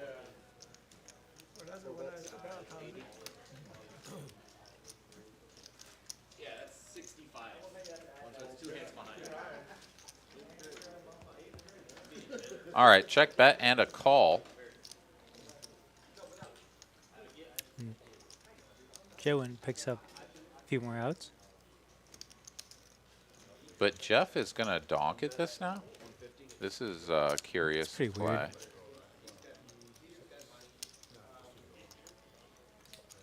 See if Jaywin actually plays this one aggressively. The problem is that his hand has enough equity to continue, but not enough to play as a call. Well, no, it does because he's in position. So, but I actually like this. He goes for the raise, and Yeah, this I is what think I was that's thinking. great. Is Yeah. like you benefit so much more from raising than you do from calling, and I love that Jaywin recognized that and goes for it, gets the job done instantly. The jack. Okay, so here's just the tip. When the turn is an overcard to the board, and you already don't have the betting lead, you do not, by default, have the impetus to lead there Right. as the out of position player. Right. Because when your opponent is uncapped, which they are, they had the betting lead pre, they bet on the flop, they are uncapped. An overcard to the board comes, that means that they have all the sets and shit that you don't have. Like, you don't get to bet that. So Jaywin recognizing that this is a spot where it's just like, no, like, you don't get to bet this. Right. And my hand is kind of like very middling to like actual dog shit. Like, I'm going to raise you and you're just going to have to fold Right. so much. Fantastic. It's, yeah, also just a line that is just never balanced, right? Because, like, I don't think you ever see Jeff lead, like, if he has a set of the lower two cards, right? Like, he's just never leading that turn, You're right? never leading that so turn. it just doesn't really make, like, yeah. Your range is so condensed to being just, like, one pair at best and not even that many top pairs, right? No, That like it's just, shit pairs. Right. Yeah. That, like, it's kind of just like a please fold bet, right? Mm-hmm. And yeah, Joan seems to recognize that, and then he also has like a really nice hand to raise there, right? Oh, absolutely. Like, You still have it's an like good. overcard to the board. Right. You've got a gut shot. Goody. You have a club. You block some Jack X. Not that like Jack X is really like gonna take that line, but at least you block some of it. Yeah. Daniel Gunther here in the chat wants to know, do players pay for their time before or after? Here in Austin, they pay after. So you come in, you check in, make sure that you have your membership with the club all in order, and then the clock starts for you along with everybody else that has already clocked in. You play to your heart's content, and then when you are done, you chip out and you pay up for the time that you have acquired. Up in Dallas, and I'm not sure about the other places, but certainly up in Dallas, you prepay for time, and that's just sort of a standard in a larger place where there's a lot more volume, where the likelihood of someone trying to run out the front door or something, you know, without paying their time is just going to be a little bit higher. Here in Austin, we have more of a small time feel, and you're just not going to see that. Like, people are just not doing that, and so, you know, pay when you're done. Honor system, you know. Yeah. But also, we don't have the tablets and everything at the tables here. Dallas is pretty cool about having the tablets there so that you know, like, players are in what spot. You know, you swipe them in with a player card and stuff like that. Pretty great. All right, all heart board here. Open-ended straight flush draw, Let's go, Anderson. but gonna be tough to get any value. Yeah, Jeff has a whole lot of not much here. Would have to be, I mean, interesting to begin with that Anderson is betting here. I mean, the 3 of hearts is definitely being bet as a bluff, which is curious because, like, is the 7 of hearts, the next pip up, actually going to fold there? No. It has an open-ended straight flush draw, right? Like, okay, how about the 8 of hearts? Is it going to fold? I don't know. That's starting to become a pretty decent flush. Yeah. So betting Also the still 3 of has the hearts gutty, there is yeah, like, and then once you get to not- having a 9, you're like, eh. They're never folding. Yeah, So exactly, so- betting the 3 of hearts is just sort of a like, fuck it, I'm gonna bet and see what happens. Yeah. You know, but more power to Anderson. He likes to do that sometimes. Just bet and see what happens. And I think it works out for the man more often than not. Build a pot for when you get there, and they have the ace. There you go. 7 raises, 150, Ooh, this could be a fun hand. 1 folds, 3 folds. So we got Union Jack in the cutoff with Ace King of Diamonds, and then on in the hijack with pocket sevens, and Jalen looks like he's thinking about it with his suited wheel ace. So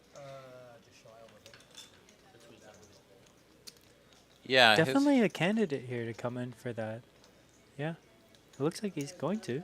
Yeah, cold 4-bet is a pretty good spot because we're short-handed. We've got a bunch of straddles, and so the open is going to be both under the gun and like late position. So wide ranges in effect here.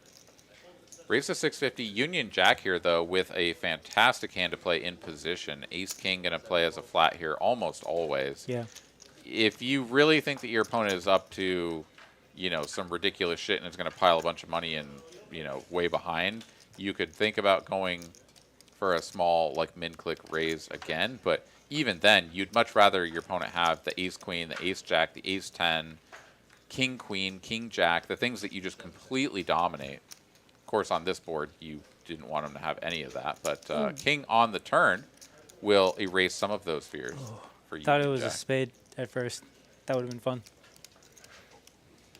J-Win is going to bet now. 350. This is now purely attacking pocket sixes, fives, things of that nature. To be like, what are you going to do now? Like, I can start betting my ace jacks. No, you really can't, actually. So, honestly, when J-Win bets here, he never has anything. Except for ace king. And even that, he's probably betting the flop. I don't know. I don't think betting there actually accomplishes anything for J-Win, unfortunately. Doesn't really matter because J-Win is just going for a quick check fold here. Thought that maybe once in a blue moon he could get. I feel like that's J1 just targeting tendencies, right? Because like Mark can show up there with probably a wider range than most people, so like he decides on the turn like, yeah, maybe he'll fold, and he doesn't bet that much, right? So he's like, yeah, maybe He this will may work. have a wider range, but for that sizing, I don't think he that's actually true. does. Yeah, If the raise had been smaller, then you could maybe say something like that and apply it. But I think for that sizing, like Broadway boards are really good for the caller. They're good for the 3-better as well, or the 4-better in this. Was it a 3 or 4 bet? It was a 4, right? Yeah. Open. J1 opened, and then Mark 3-bet, and J1 4-bet, and then Mark called. Okay. I think. I thought We're J1 doing was really in the blind, but not so. I think he was under the gun. yeah, but the straddles like pretty much went all the way back. I don't know. It's maybe it's we're doing not, really bad with the pre-flop action. Yeah, right. Sorry, everyone. I think it was just a 3-bet, but Okay. maybe it was a 4. In any case, certainly when you squeeze from the blind and get called, your opponent's going to have a lot of suited Broadway type hands. Right. And so Broadways are good for you because you're going to have the dominating sets. Like you're always going to have the top set, and they're not because like they would have re-raised you most of the time. I don't know. It's maybe not that important, but no, that makes sense. To go for the check flop and then bet turn just really doesn't tell a convincing story. So I mean, I get it. You kind of put a small bet out there to see if you can get it done, but it's just not going to work.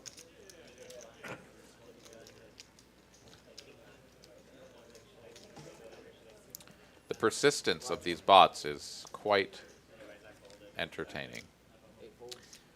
Anderson here slinging the $2 bills, also entertaining and fantastic. Ryan here going to put a couple of those Deweys in the basket. 3 raises, 60. 4 folds. Widow's here going to open the button with 10-8 off. 7 folds. He'll get one caller in on and another in Union Jack. 3 ways to a flop. Comes 9 high, 2 tone. Union Jack will have a gutty. Widow's second pair and on a whole lot of nothing. Checks through. Interesting that Widow's doesn't c-bet here with the second pair. Queen of Hearts rolls off and for whatever reason on says, you know what, I'm going to take a stab at this now. I mean, to be fair, most of the queens of the world would have probably c-bet.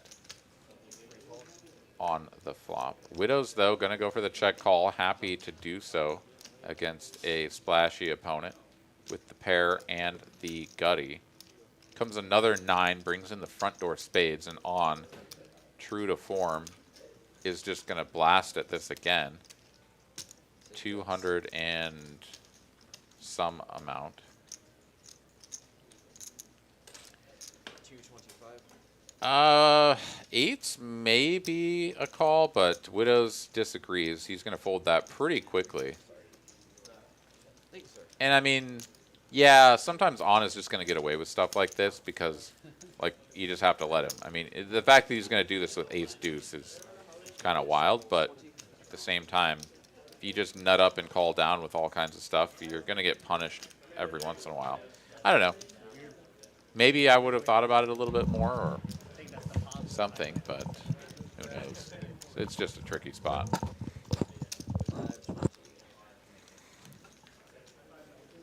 All right. The 40 has gone by the wayside. The 20 is on, though. And Jeff will be first to act. Dos Equis in hand. Dos Sixes in hand. Doing really well. 4 calls, 6 folds.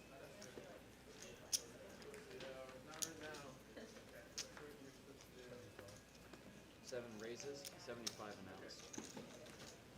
Union Jack going to go for a small squeeze here with the King 7 off, announcing a bet of 75 after getting the initial calls. Both Jeff and Jaywin are going to continue, and 3 ways to a flop. Union Jack here with 2 overs, 2 disconnected overs. He's going to whiff them both, and 6s are out in front at the moment, but in a little bit of danger of being counterfeit. 4 bets. Check to Jaywin, a little bit of a protection probe here. 7 folds. And wow, Jeff Takes is it just down. going to fold the 6s quite quickly. Jaywin will take this one down without any Yeah, resistance. second time tonight. We've seen him fold an underpaired to a paired board, right? Without really thinking too much about it. Which is Yeah. pretty it's an interesting spot, right? Like, I remember like, yeah. when I would encounter spots like that, and I would snap fold as well, because the mentality was I'm set mining. If I hit a set, I'm ready to go. If I Yeah. don't, then like I probably don't belong in here. for sure. And my mentality has transitioned a lot. I mean, that was a long time ago, but to the point where, like, it's hard to make a pair, right? Like, it genuinely is. That's why a pair, like, wins a lot of the time. Like, one pair wins just a lot of times. Right. And so when you especially look at a board that is paired by itself, like, it's even harder for other people to have a pair because the pair's on the damn board, you know? Like, how could they have paired with that if the pair's out there? So, I don't know. Anyways, that's a ridiculous way of saying that having an underpair to the board but in your hand is actually really quite strong, and you should be considering quite strongly going into a bluff catching line. Yeah, I just think you have to have you have to be really, really well constructed in those spots to know where you should continue on turns and rivers, right? Because the turn and river is going to be really tough to navigate if you're calling there with pocket It can fives be. or pocket It certainly sixes, right? can be. If an ace peels off or something, Yeah, they're going to like bet, then there's- you can just fold. Yeah, But that's true. But there's cards that aren't so black and white, right? So what if it's Jack Jack 8, you peel 6s, and then a 10 comes, or yeah, Jack 8 Right. 8 and a 10 comes, and your opponent bets again. Like, you can still just fold 6s because their bluffs got there, some of their bluffs got there, and some of their flopped value is still betting, right? Like, it's all fine. Yeah. If it comes, and it's also dependent on the dynamic of the hand as well. Let's Yeah. take a look at this one really quick. As on is going to make the call with the ace high. Apparently, Mark thought that his opponent would fold ace high because he's going to bet the king high. a little fist bump. Yeah, he's going to give him credit there. But, yeah, betting the king high there, very unlikely to get the ace high to fold unless you go for some ridiculous sizing. Especially if on has it. Yeah, right? Yeah. I'm not marking up that tree. I'll Yeah. take my king high showdown, and if Yeah. I lose, I lose. Yeah. Yeah. Right. Homer John here in the chat wants to know why he's signing a paper for a back rub. It is the liability because if she breaks his spine, then you know, we need to have it in writing that it is not on the business. No, I'm kidding. It's it's kind of like that, but it's mostly just for record keeping. So don't worry too much about it. It's to keep everything above board. 7 raises, 115. All right, 5, 10, 20 is on. I'm going to limp the 20, and Union Jack on the button is going to try to punish said limper.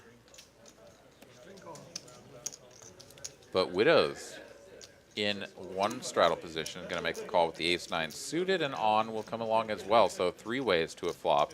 Aces and 9s heavily represented. No jack, no 4, but the 4 does make an up and down straight draw. And the 9 makes a gutty. 8 one time? 8 would be pretty spicy. 8 of spades. It's a jack of hearts, so top pair for on. Yeah, catapults into the lead, but Yeah, I'm trying. 6 bets 80, 7 folds, Homer John, what's her number? A 1. 3 folds. So on bets the 80. Union Jack going to make the call, still with the up and down straight draw, and binks it. However, got it. that's the bad end Yeah. of the straight for him because on has improved to the top end of the straight. Wow. Wow, that's a sick card. Yeah. Yeah, on's going to continue 300 here. Yeah, snap call. Ooh, yeah, gonna get you on the money. Womple stilts Yeah. Wow. for Union Jack here. Thankfully, only 300. Going to get torched on that one. The river like 3 times in the last week. Thank you. It's such a spot for Union Jack where you're like, is he really gonna? Is that, you know, like how's he gonna have a 9? Like, it has to be.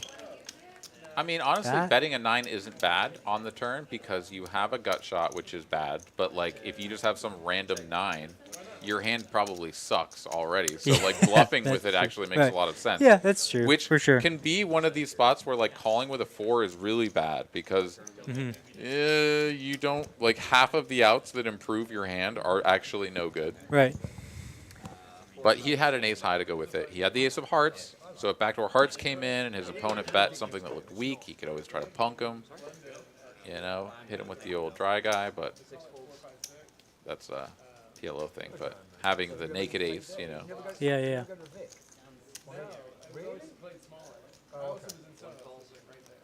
True, yeah, that makes sense. That used to be a nightclub when I was. Jeff here limping with king jack off.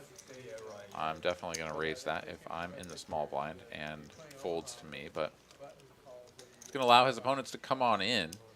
Ace high board, couple of 5s out here. Jack, king high is still best. Now's the time to bet, apparently. Okay, half pot, king high. For value. Not going to get it from the jack high. Ah, surprising. Just kidding. Those No, are the lines. I'm just that, messing around, but Yeah, like but- it is funny. Those are the how- lines that always confuse me. Where it's like, if you're gonna lead, like seemingly a bunch of flops, just raise, like pre. Yeah, it's Right? almost Like- like they have a hand that they know is strong, and like I kind of want to raise pre, but like I guess I won't. And then then a flop comes where they don't connect, but then they want to bet it Yeah, because they yeah. had a strong Wait, hand before. Yeah, it's like and- FOMO, right? Kind of, Uh-huh. but very weird FOMO. Yeah, Like- because like king high there is just like good so much of the time, Right, but like you're never gonna get value from anything. right. I don't know. It's just bizarre. It's everything about that is just kind of funny. Anyways, It's like the onwards we go. it's like the ace queen that smooth calls and then donks like a 6, 7, 10 flop, and it's just like this is very, very interesting. Oh yeah, no, the 1-2 Right? streets are full of that stuff, man. Yeah. I get really confused. I think I have more wrinkles in my forehead from playing 1-2 than like anything else in my Just existence. like I don't know. Squinting at shit. Yeah. What the fuck is that? Yeah. Like I I had an interesting hand today where I had 8s on the button at 1-2. Like relatively tight player from like +2 opens. I call 8s on the button. Big blind calls. Flop is like 9-10-5. Checks around. Turn is an 8. Check, check. I bet like 3/4 pot. River is a queen. The original razor calls, big blind folds. No, Okay. they both. Oh, sorry, they both call turn. They both call turn. Which I'm okay. like, okay, this is really weird, right? And then goes. Queen river. Mhm. So, one liner to a straight. Yeah. Yeah. It goes check, check, and I'm like, all right, I'm gonna go for the cheekiest of little value here, right? So I bet like, my bet on the turn was like, I don't know, $40. So I bet like 25. Yeah. I Yeah. think. Okay. Yeah, and then original razor. So big blind snap folds. Original razor like does it like a 3-second thing and then calls. And then I turn on my hand feeling like decent, and he turns over ace jack, and he goes, "Oh yeah, that bluff gets through sometimes." And I was like, "No, I wasn't bluffing." Do you see my hand? Like I wasn't bluffing. You know what beats 3 of a kind? A straight. I was like, I didn't think you had a straight. yeah, like So. I mean, it was like, I Yeah. didn't think you just smooth call it. Yeah. But it's funny how, like, you know, when you sit at a poker table, like, everybody's perspective can be so different, right? And I'm sure, so like, different. sometimes, like, when you sit at games that are out of your league, right? Like, you're that person that's thinking, like, oh, just, like, on a different level, and it's like, oh, all right, these people are just thinking, you know, levels higher than me. And then you're like, oh, okay, that's cool. Like, I should keep studying and working and getting better. Yeah, and sometimes just playing in those games is a good way to gain that experience. I mean, that's how I moved up the stakes, right? Like, I was a 1-2 player, really didn't understand how to play deep stacked cash, tried to figure it out, learned how to do it at 2-5, or sorry, at 1-2, and then 1-3 back when I was coming up sort of became a thing, and it was like, oh, okay, let me go play, get deeper stacks. Instead of a 300 cap, there's a 600 or an 800 or whatever it was. So then we're playing 1-3, and oh wow, these people play way differently, right? Like, what's going on in here? Like, this isn't a bunch of limps around. It's always an open. There's 3-betting happening. Yeah, over you're here. like, why do I keep getting 3-bet? This is Yeah, not and then fun. it's like, oh Yeah. wait, no, I need to be 3-betting more. Right. Like, I shouldn't be flatting these things. Like, I should be 3-betting. So then, like, picking up on these things, and I wouldn't have been exposed to it, right? And studying is one way to do things. And certainly if your mind is built to be like, oh, I read this thing or I watched this thing or whatever, and now I'm just going to go put it into practice and feel like good about it, that's one thing. But if you're more of an experiential player like I am, where it's like, you could have told me that I should be 3-betting like king 10 off, and I would have been like, cool, yeah, I'm going to definitely not do that. You're like, I'm a not. I'm Yeah. going to flat You're gonna not do that and Yeah. just try to make a hand. And then it took me getting into the 1-3 and the 2-5 streets to be like, oh, yeah, no, like king 10 sucks. I should either be raising it or folding it. You know, that sort of stuff. For sure. And, yeah, you just kind of, you have to figure that out in your own way, at your own pace. I think the best players that I play with have like a really good mix of that, right? Like they know the theory, they're like pretty solid with theory, and then they have a bunch of like just knowledge from having played a lot to know like where to draw on that and where to draw on the theory, and like being able to balance that is such a skill, right? Because if you just tried to play like fully GTO perfect computer based, right? Like I'm sure you would do great, but you probably wouldn't be like winning the most that you possibly could. Yeah. Especially in like these games that get so crazy, right? Yeah, And then, like, absolutely. If you're fully the other way, right, you're just also not going to do that well. So it's just like finding that balance is what makes poker so interesting to me. Yeah. No, it is very interesting, and it's particularly fun to watch play out at the highest levels where, like, the GTO approach is generally going to be in most, like, easily recognized spots because, like, there's an infinite number of things to do in poker, right? And like people talk about like GTO or they think about GTO and maybe without having a full understanding of what it means to like plug shit into a computer and get something out and try to understand what that meant. Like, people want to think of it like checkers or something, where it's like there's finite moves and you did a thing and like there's only one best response. So if you didn't do that, then you fucked up. Right. And if you did, then you did the right thing. But in poker, no limit Texas Hold'em, no limit. You can bet this many chips and then that many chips plus one more chip and then that many chips plus one more chip and all the way up until all of your chips. And you can't put all of that into a solver and say, if I could bet every single one of those options, what would the solver do? If you did that across everything, you wouldn't even actually come up with something intelligible either. It would all just be a bunch of the same stuff with a few outliers and things in between. But the point that I'm trying to make is that bet sizing is so important as to what you put into the solver in terms of what you get out. Because if I limit my choices to like bet 25% a pot or bet 75% a pot and I have no other options, then the solver is going to be like, those are the only two options available, so we're going to solve on that. Right. But now what if I give it 25, 50, 75, 150, and all in? Now it's going to have a whole different response to the solves. And so you also have to be creating your strategy based on what your opponent's strategies that they're studying is actually looking at. So now, like some of the best players, some of the craziest players, like 6 bets. who am I thinking of? Adamo, right? Like he uses these massive overbet sizes that like people are just now starting to really digest and be like, wait, maybe we should solve for these and see if this is a thing. And I'm obviously not doing that justice. I mean, people have been looking at this for a long time, but Adamo is still putting people into really tricky spots by going all in for 3x pot. And like, you didn't solve for that. You solved for someone betting quarter pot or 30% or 30% pot, half pot, 75%, whatever. Like more reasonable, quote unquote, reasonable bet sizes. And then this dude just jams it on you. Or goes 3x or something stupid in a weird spot. And you don't know how to respond to that because you didn't solve that.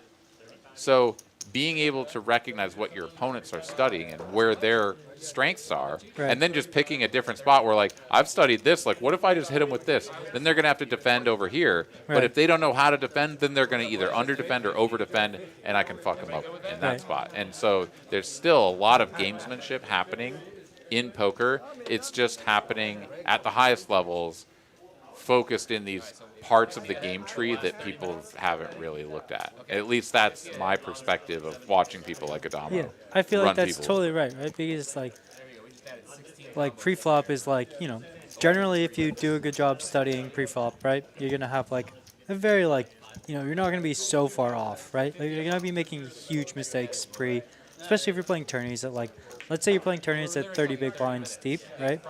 Or that's probably not a great example, but like, let's say you're 50 That's big pretty blinds standard, deep, yeah, right? 30 to But 50, sure.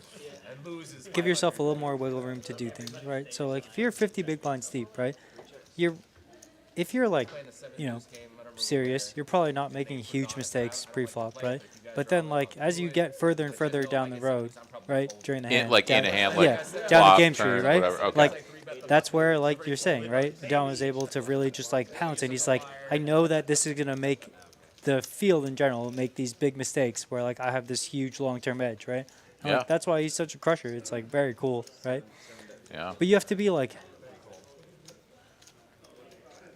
you have to be so studied and so confident that like what you're doing is right when you pull out these crazy sizings, and like probably easier in tournaments slightly because like you also get the added like pressure of like you can work in like ICM stuff into it, right? Where it's like, like these sizes are crazy, but like, you know, it puts you now into this crazy difficult spot, right? Where it's like, I don't really want to like. Union Jack here betting a 4. Let's just get back to this hand really quick. It was sort of just kind of whatever burger until now. Betting 125. This is turning a 4 into a bluff. He's going to get called by Widows, who has the top pair king kicker, and that's just good. Betting a 4 here is pretty ambitious because I guess maybe you can get a 5 to fold.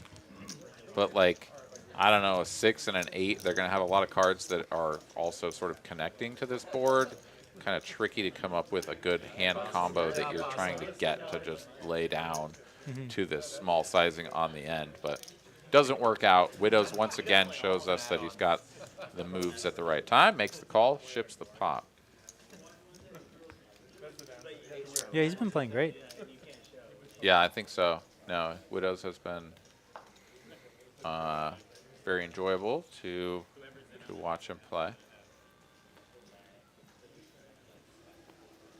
So Jeff here going to be first to act.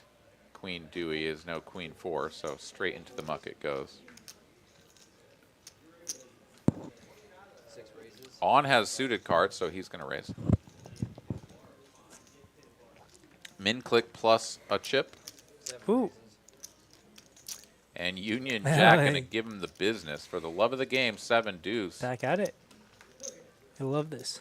And On says, hell no, bro. I need to see this flop. Yeah, he's in there. He's in the Jack mix. 6 suited says, yeah, Out out of of position. position. Yeah, no worries. I have Jack 6 suited. Couple of clubs out there. Queen Monster 10. flop. On is going nowhere. So he will check it over. Union Jack. Oh, I take it all back. On is going to donk this, and Union Jack is going to I think ditch it. fold. Almost certainly. Oh, man. What a hand. Bets full pot almost as well. Just bombs it. This would be a bad time for Union Jack to be like, listen, you can't do this, so I'm not going to Yeah, let there you you go. and come over the top, because I'm pretty sure On would go all in with this hand. Yeah, almost definitely. Oh, my goodness. The unorthodoxy is just so entertaining. It's amazing.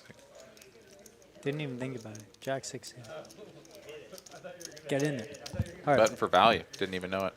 One last gamble. That's and right. I think I've got to call it. Okay. You won the last one, so you want to go first or second? I'll go first. Okay. All right. We went for 30, so we'll see.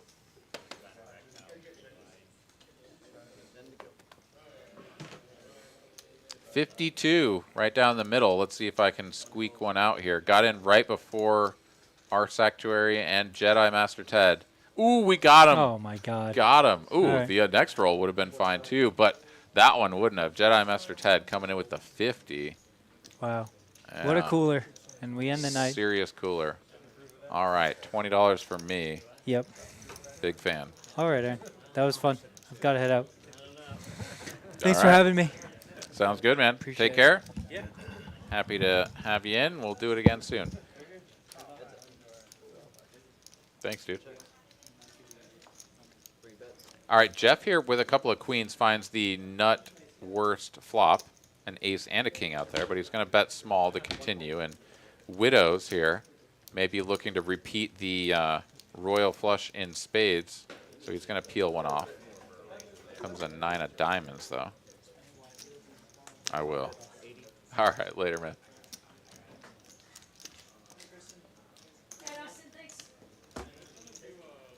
Jeff going to continue betting here, 80 again here on the turn. Widows goes for the raise, just sort of recognizing something about the situation, like his opponent is just unhappy about this. Makes the raise and gets the queens to lay it down.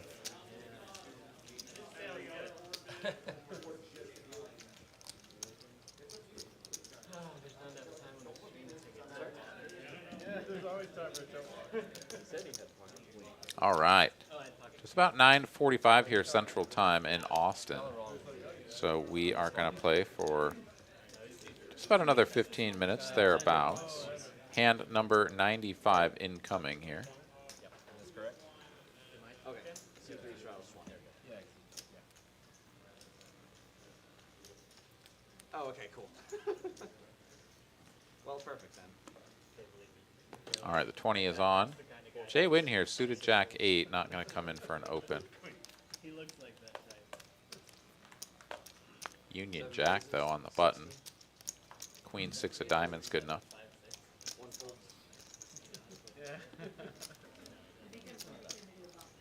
And Jeff, king deuce of diamonds. No, not worth it either. So Union Jack just going to take that pot down. Okay. They want a couple hand warning so they can play bomb pot for the last hand.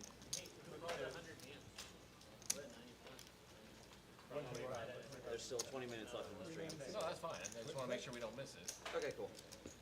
20 minutes left. Yeah. That sounds about right. All right.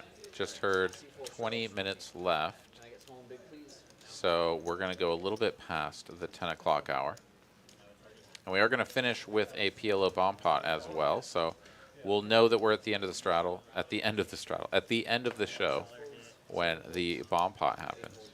The $20 straddle is on, which is what I was trying to say. 3 raises.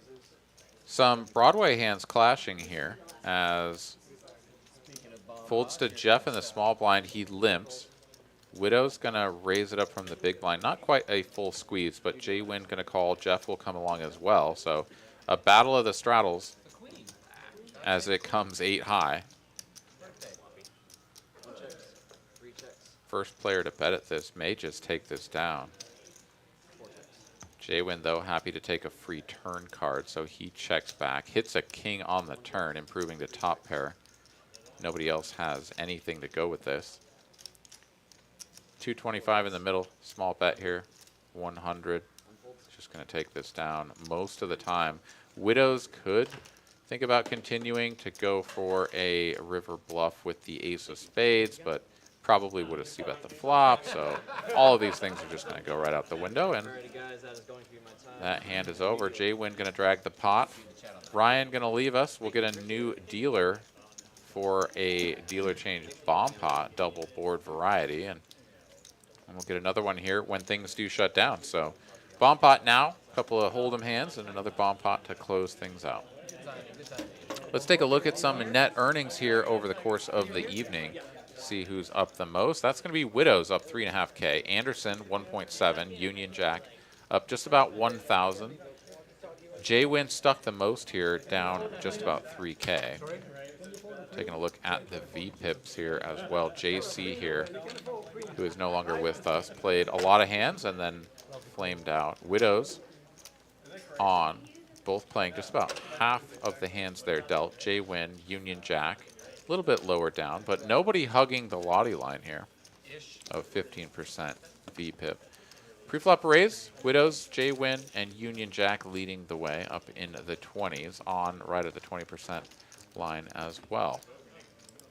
Peeping the aggression frequency, how often do the players take the aggressive action when given the opportunity? On, J-Win, Anderson, Union Jack, all hanging out right around the 50% mark. So a lot of aggression from those players. Widows and Jeff playing things a little bit more conservatively. All right, cards dealt out. Sal in the box here. Let's get this PLO bomb pot rocking and rolling.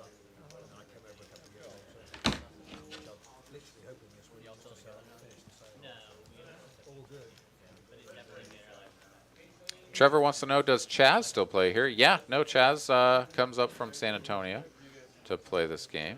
We haven't seen him here this evening, and maybe having some holiday plans, perhaps going to Las Vegas to play some WSOP. Can't really speak for Chaz, but certainly does still play here.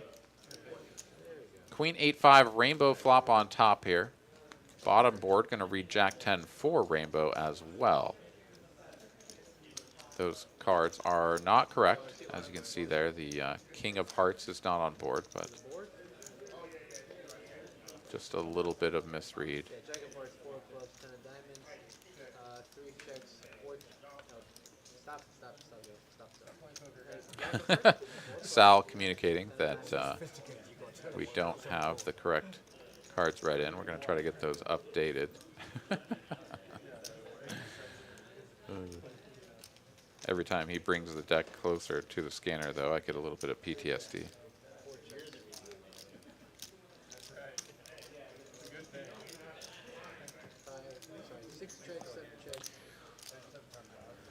All right, there we go. Getting some cards scanned in correctly, and we've got a wager here from Anderson, 100 to go. Top, and middle set on the top board. A gut shot and some backdoor diamonds on bottom. On's going to make the call, and it looks like we're going to go heads up now to a turn.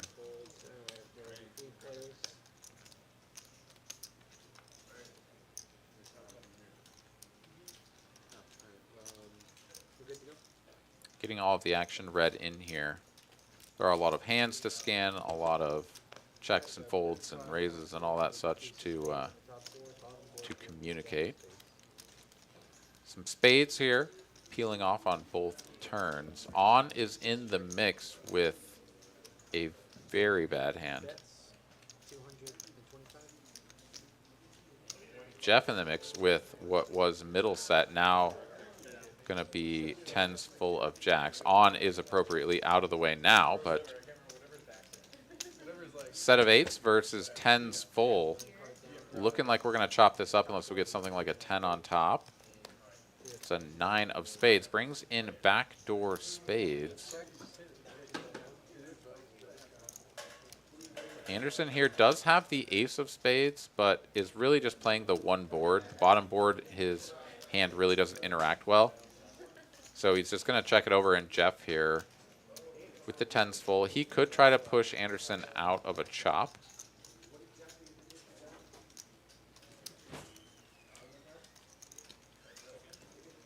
A little bit over a pot size bet left in his stack. But he's just going to check. Yeah, chop it up. Set of eights and tens full. Hack that pot in half. You bet I fold. Yeah, Anderson announcing you bet I fold, and I think that's right. So Jeff with a hand, though, that, yeah, he doesn't really have showdown on top. So if he thinks that tens full on bottom is good, then betting pot is actually the best move, because like he can't really lose half the pot. And if he gets his opponent to fold, then he wins the other half of the pot as well. So yeah, good spot to go for it. Decided against it. Still gets his money back plus a little bit. I folded boats like on the stream that were good because they were like baby boats. I had no fun. Anderson talking up his fold game pretty good. It's pretty much been a 5-10-20 all day. I fold quads, bro. I'll fold anything around him. Just kidding. Anderson, I love you. Just think it's funny to be talking up your fold game. Most people talk about other things, like calling down light and such, but, you know. All right, the 20 is on. Union Jack here, suited Jack 7. Not good enough.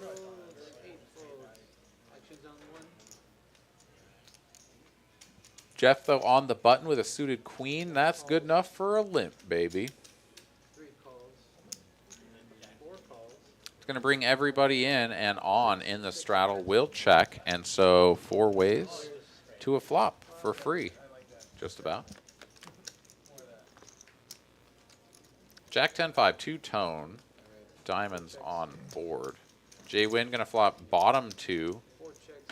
Jeff, diamond flush draw. Widow's up and down, and on has a pair. So a little piece for everybody.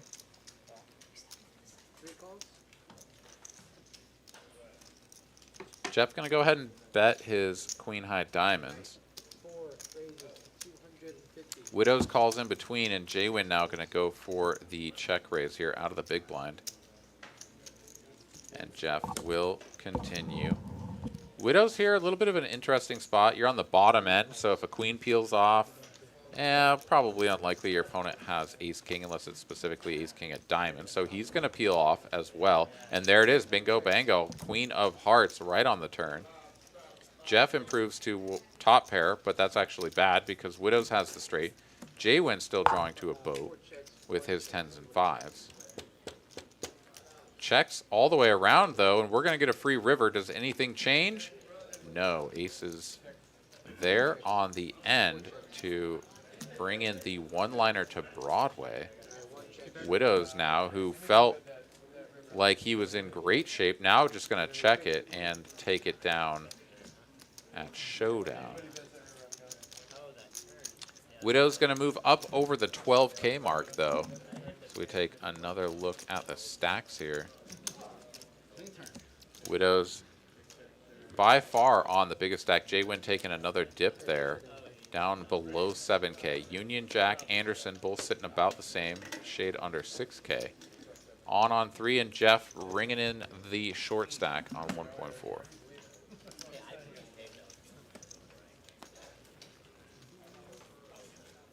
Hope you all have been enjoying the stream tonight here on TCH Live. I'm your host, Aaron McAvoy, hanging out with you each and every Monday. 5-10 uncapped, sometimes some 5-5. Seeing whatever suits our fancy. But thank you guys for tuning in. Hope you guys have enjoyed. Hope that you will come back, hang out with us in the future. And if you do enjoy, please consider hitting the like button. Make sure that you are subscribed to the channel. Hit the notification bell as well to let you know every time that we go live, which here out of Austin is on Mondays and Thursdays. Then we've got TCH Live for you out of Dallas on Tuesdays and Wednesdays as well. So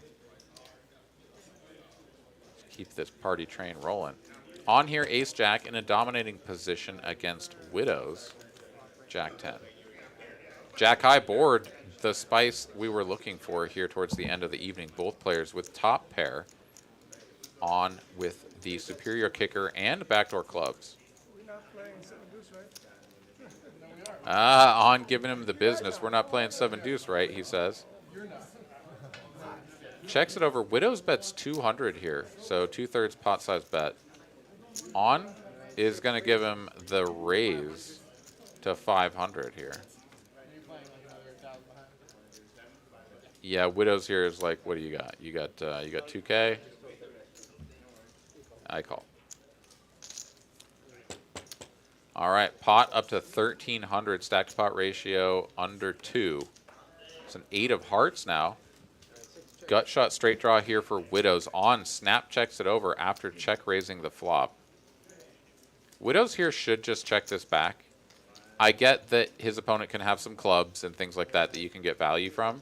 But, yeah, I don't know. I think the 10 kicker just sort of makes it a little bit too...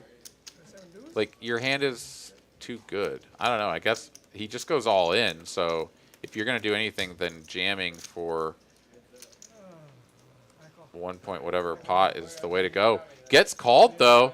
And here we go. Going to need to hit a 10 or a 9 to get bailed out on this. I think Widows thought that he was probably just good when On starts thinking it out.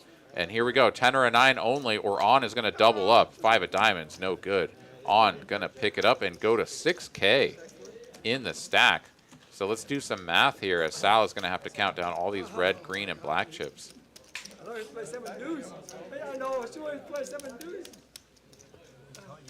So yeah, Widow's there, I guess, just sort of deciding that his hand should just go for it, see if he could push his opponent off of any equity that he had, or that maybe even he would call with an inferior hand, but sort of runs into it. So Sal is going to count this down. We'll get everything sorted.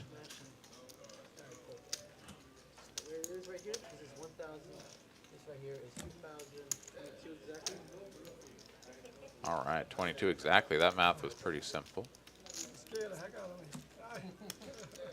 All right, nice hand on as Widows goes from just breaching the 12K mark to snap back down to 3K. Let's take a quick look at the old line graph here between he and On, just for shits and giggles. Having some graphic delay here as the amount of data that we have been accumulating over the evening is... Yeah, exactly. Kristen here saying the hamsters must have tapped out early, but I think we're going to get this overlaid here just before this next hand comes out. Let's see if it does go live here. I think. No, it's not over. Get it in. No, we're frozen over here. So, may have just lost our stats overlay. for y'all, but we'll look at them individually at least. So here's going to be Widows. So this one in a bomb pot? 2 Holdems, and then when stream is over, we'll do a bomb pot. Is what? Or I want to Click the button and nothing happens. So yeah, kind of stuck in a lag loop here. Do apologize for that. There we go.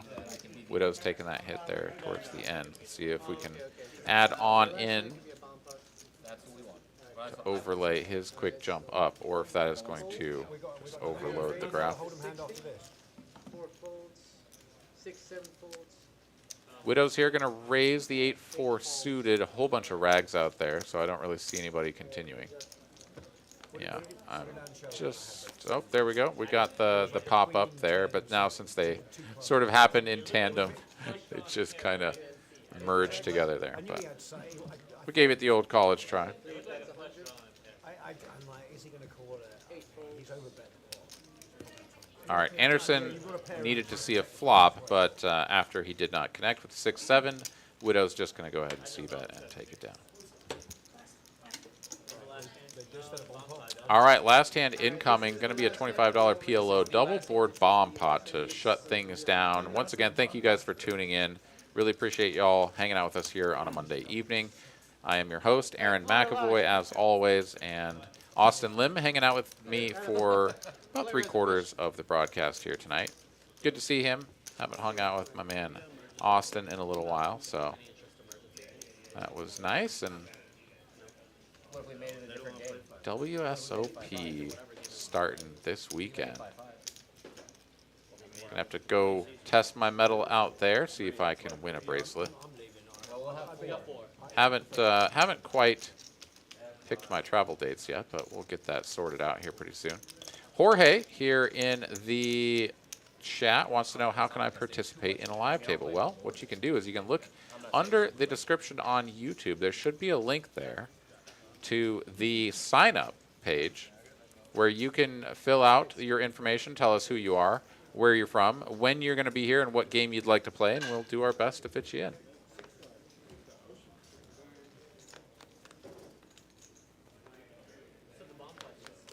Appreciate those kind words, Ragnar. Thank you so much for that.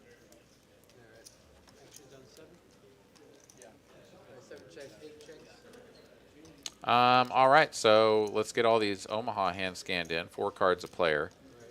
10-5-4, 2-tone on top. 10-8 Dewey on bottom. Once again, 2-tone. Jay Wynn working with nut clubs on bottom. Not much else, just a pair of 5s and some over cards on top.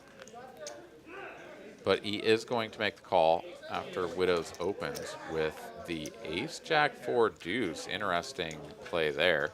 Just going to try to push everybody out, but going to get called in multiple spots, and we're going to go what looks like 4 ways to a turn. Top card pairs on top. 6 of diamonds fills in the middle on bottom.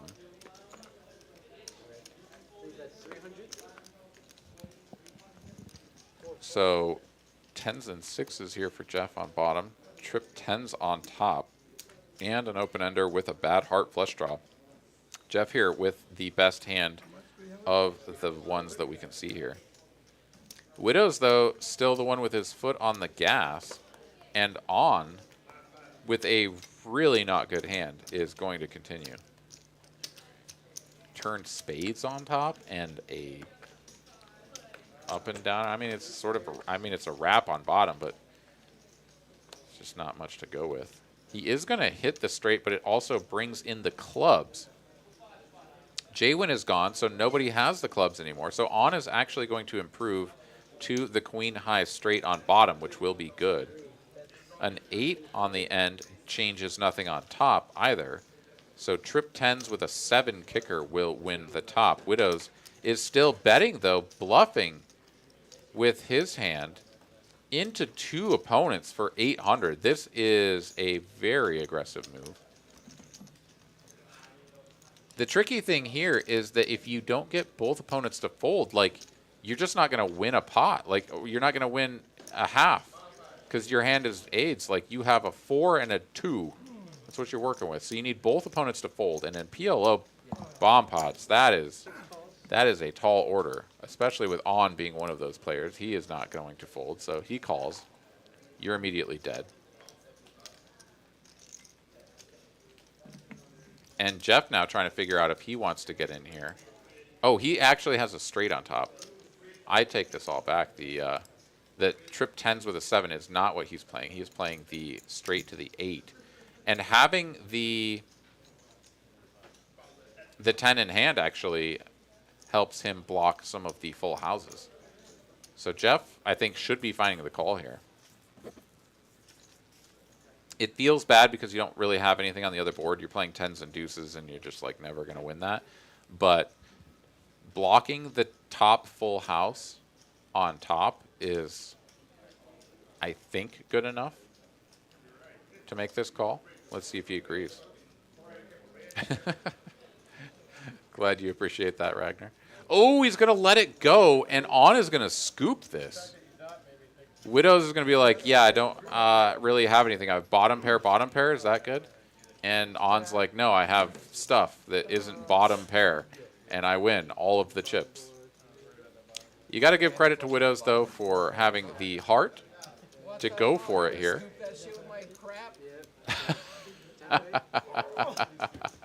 On going to drag the last pot, and a good one at that. Going to chip up to 7.7 there at the end. So let's take a look at how we finish everything off here, if I can get the buttons to click. And with that, we're going to end the show. So thank you guys for tuning in. There we go. Widow's going to drop down. Peaked out at 12K and very rapidly dropping down to where he is now. 8K, still at the top, though.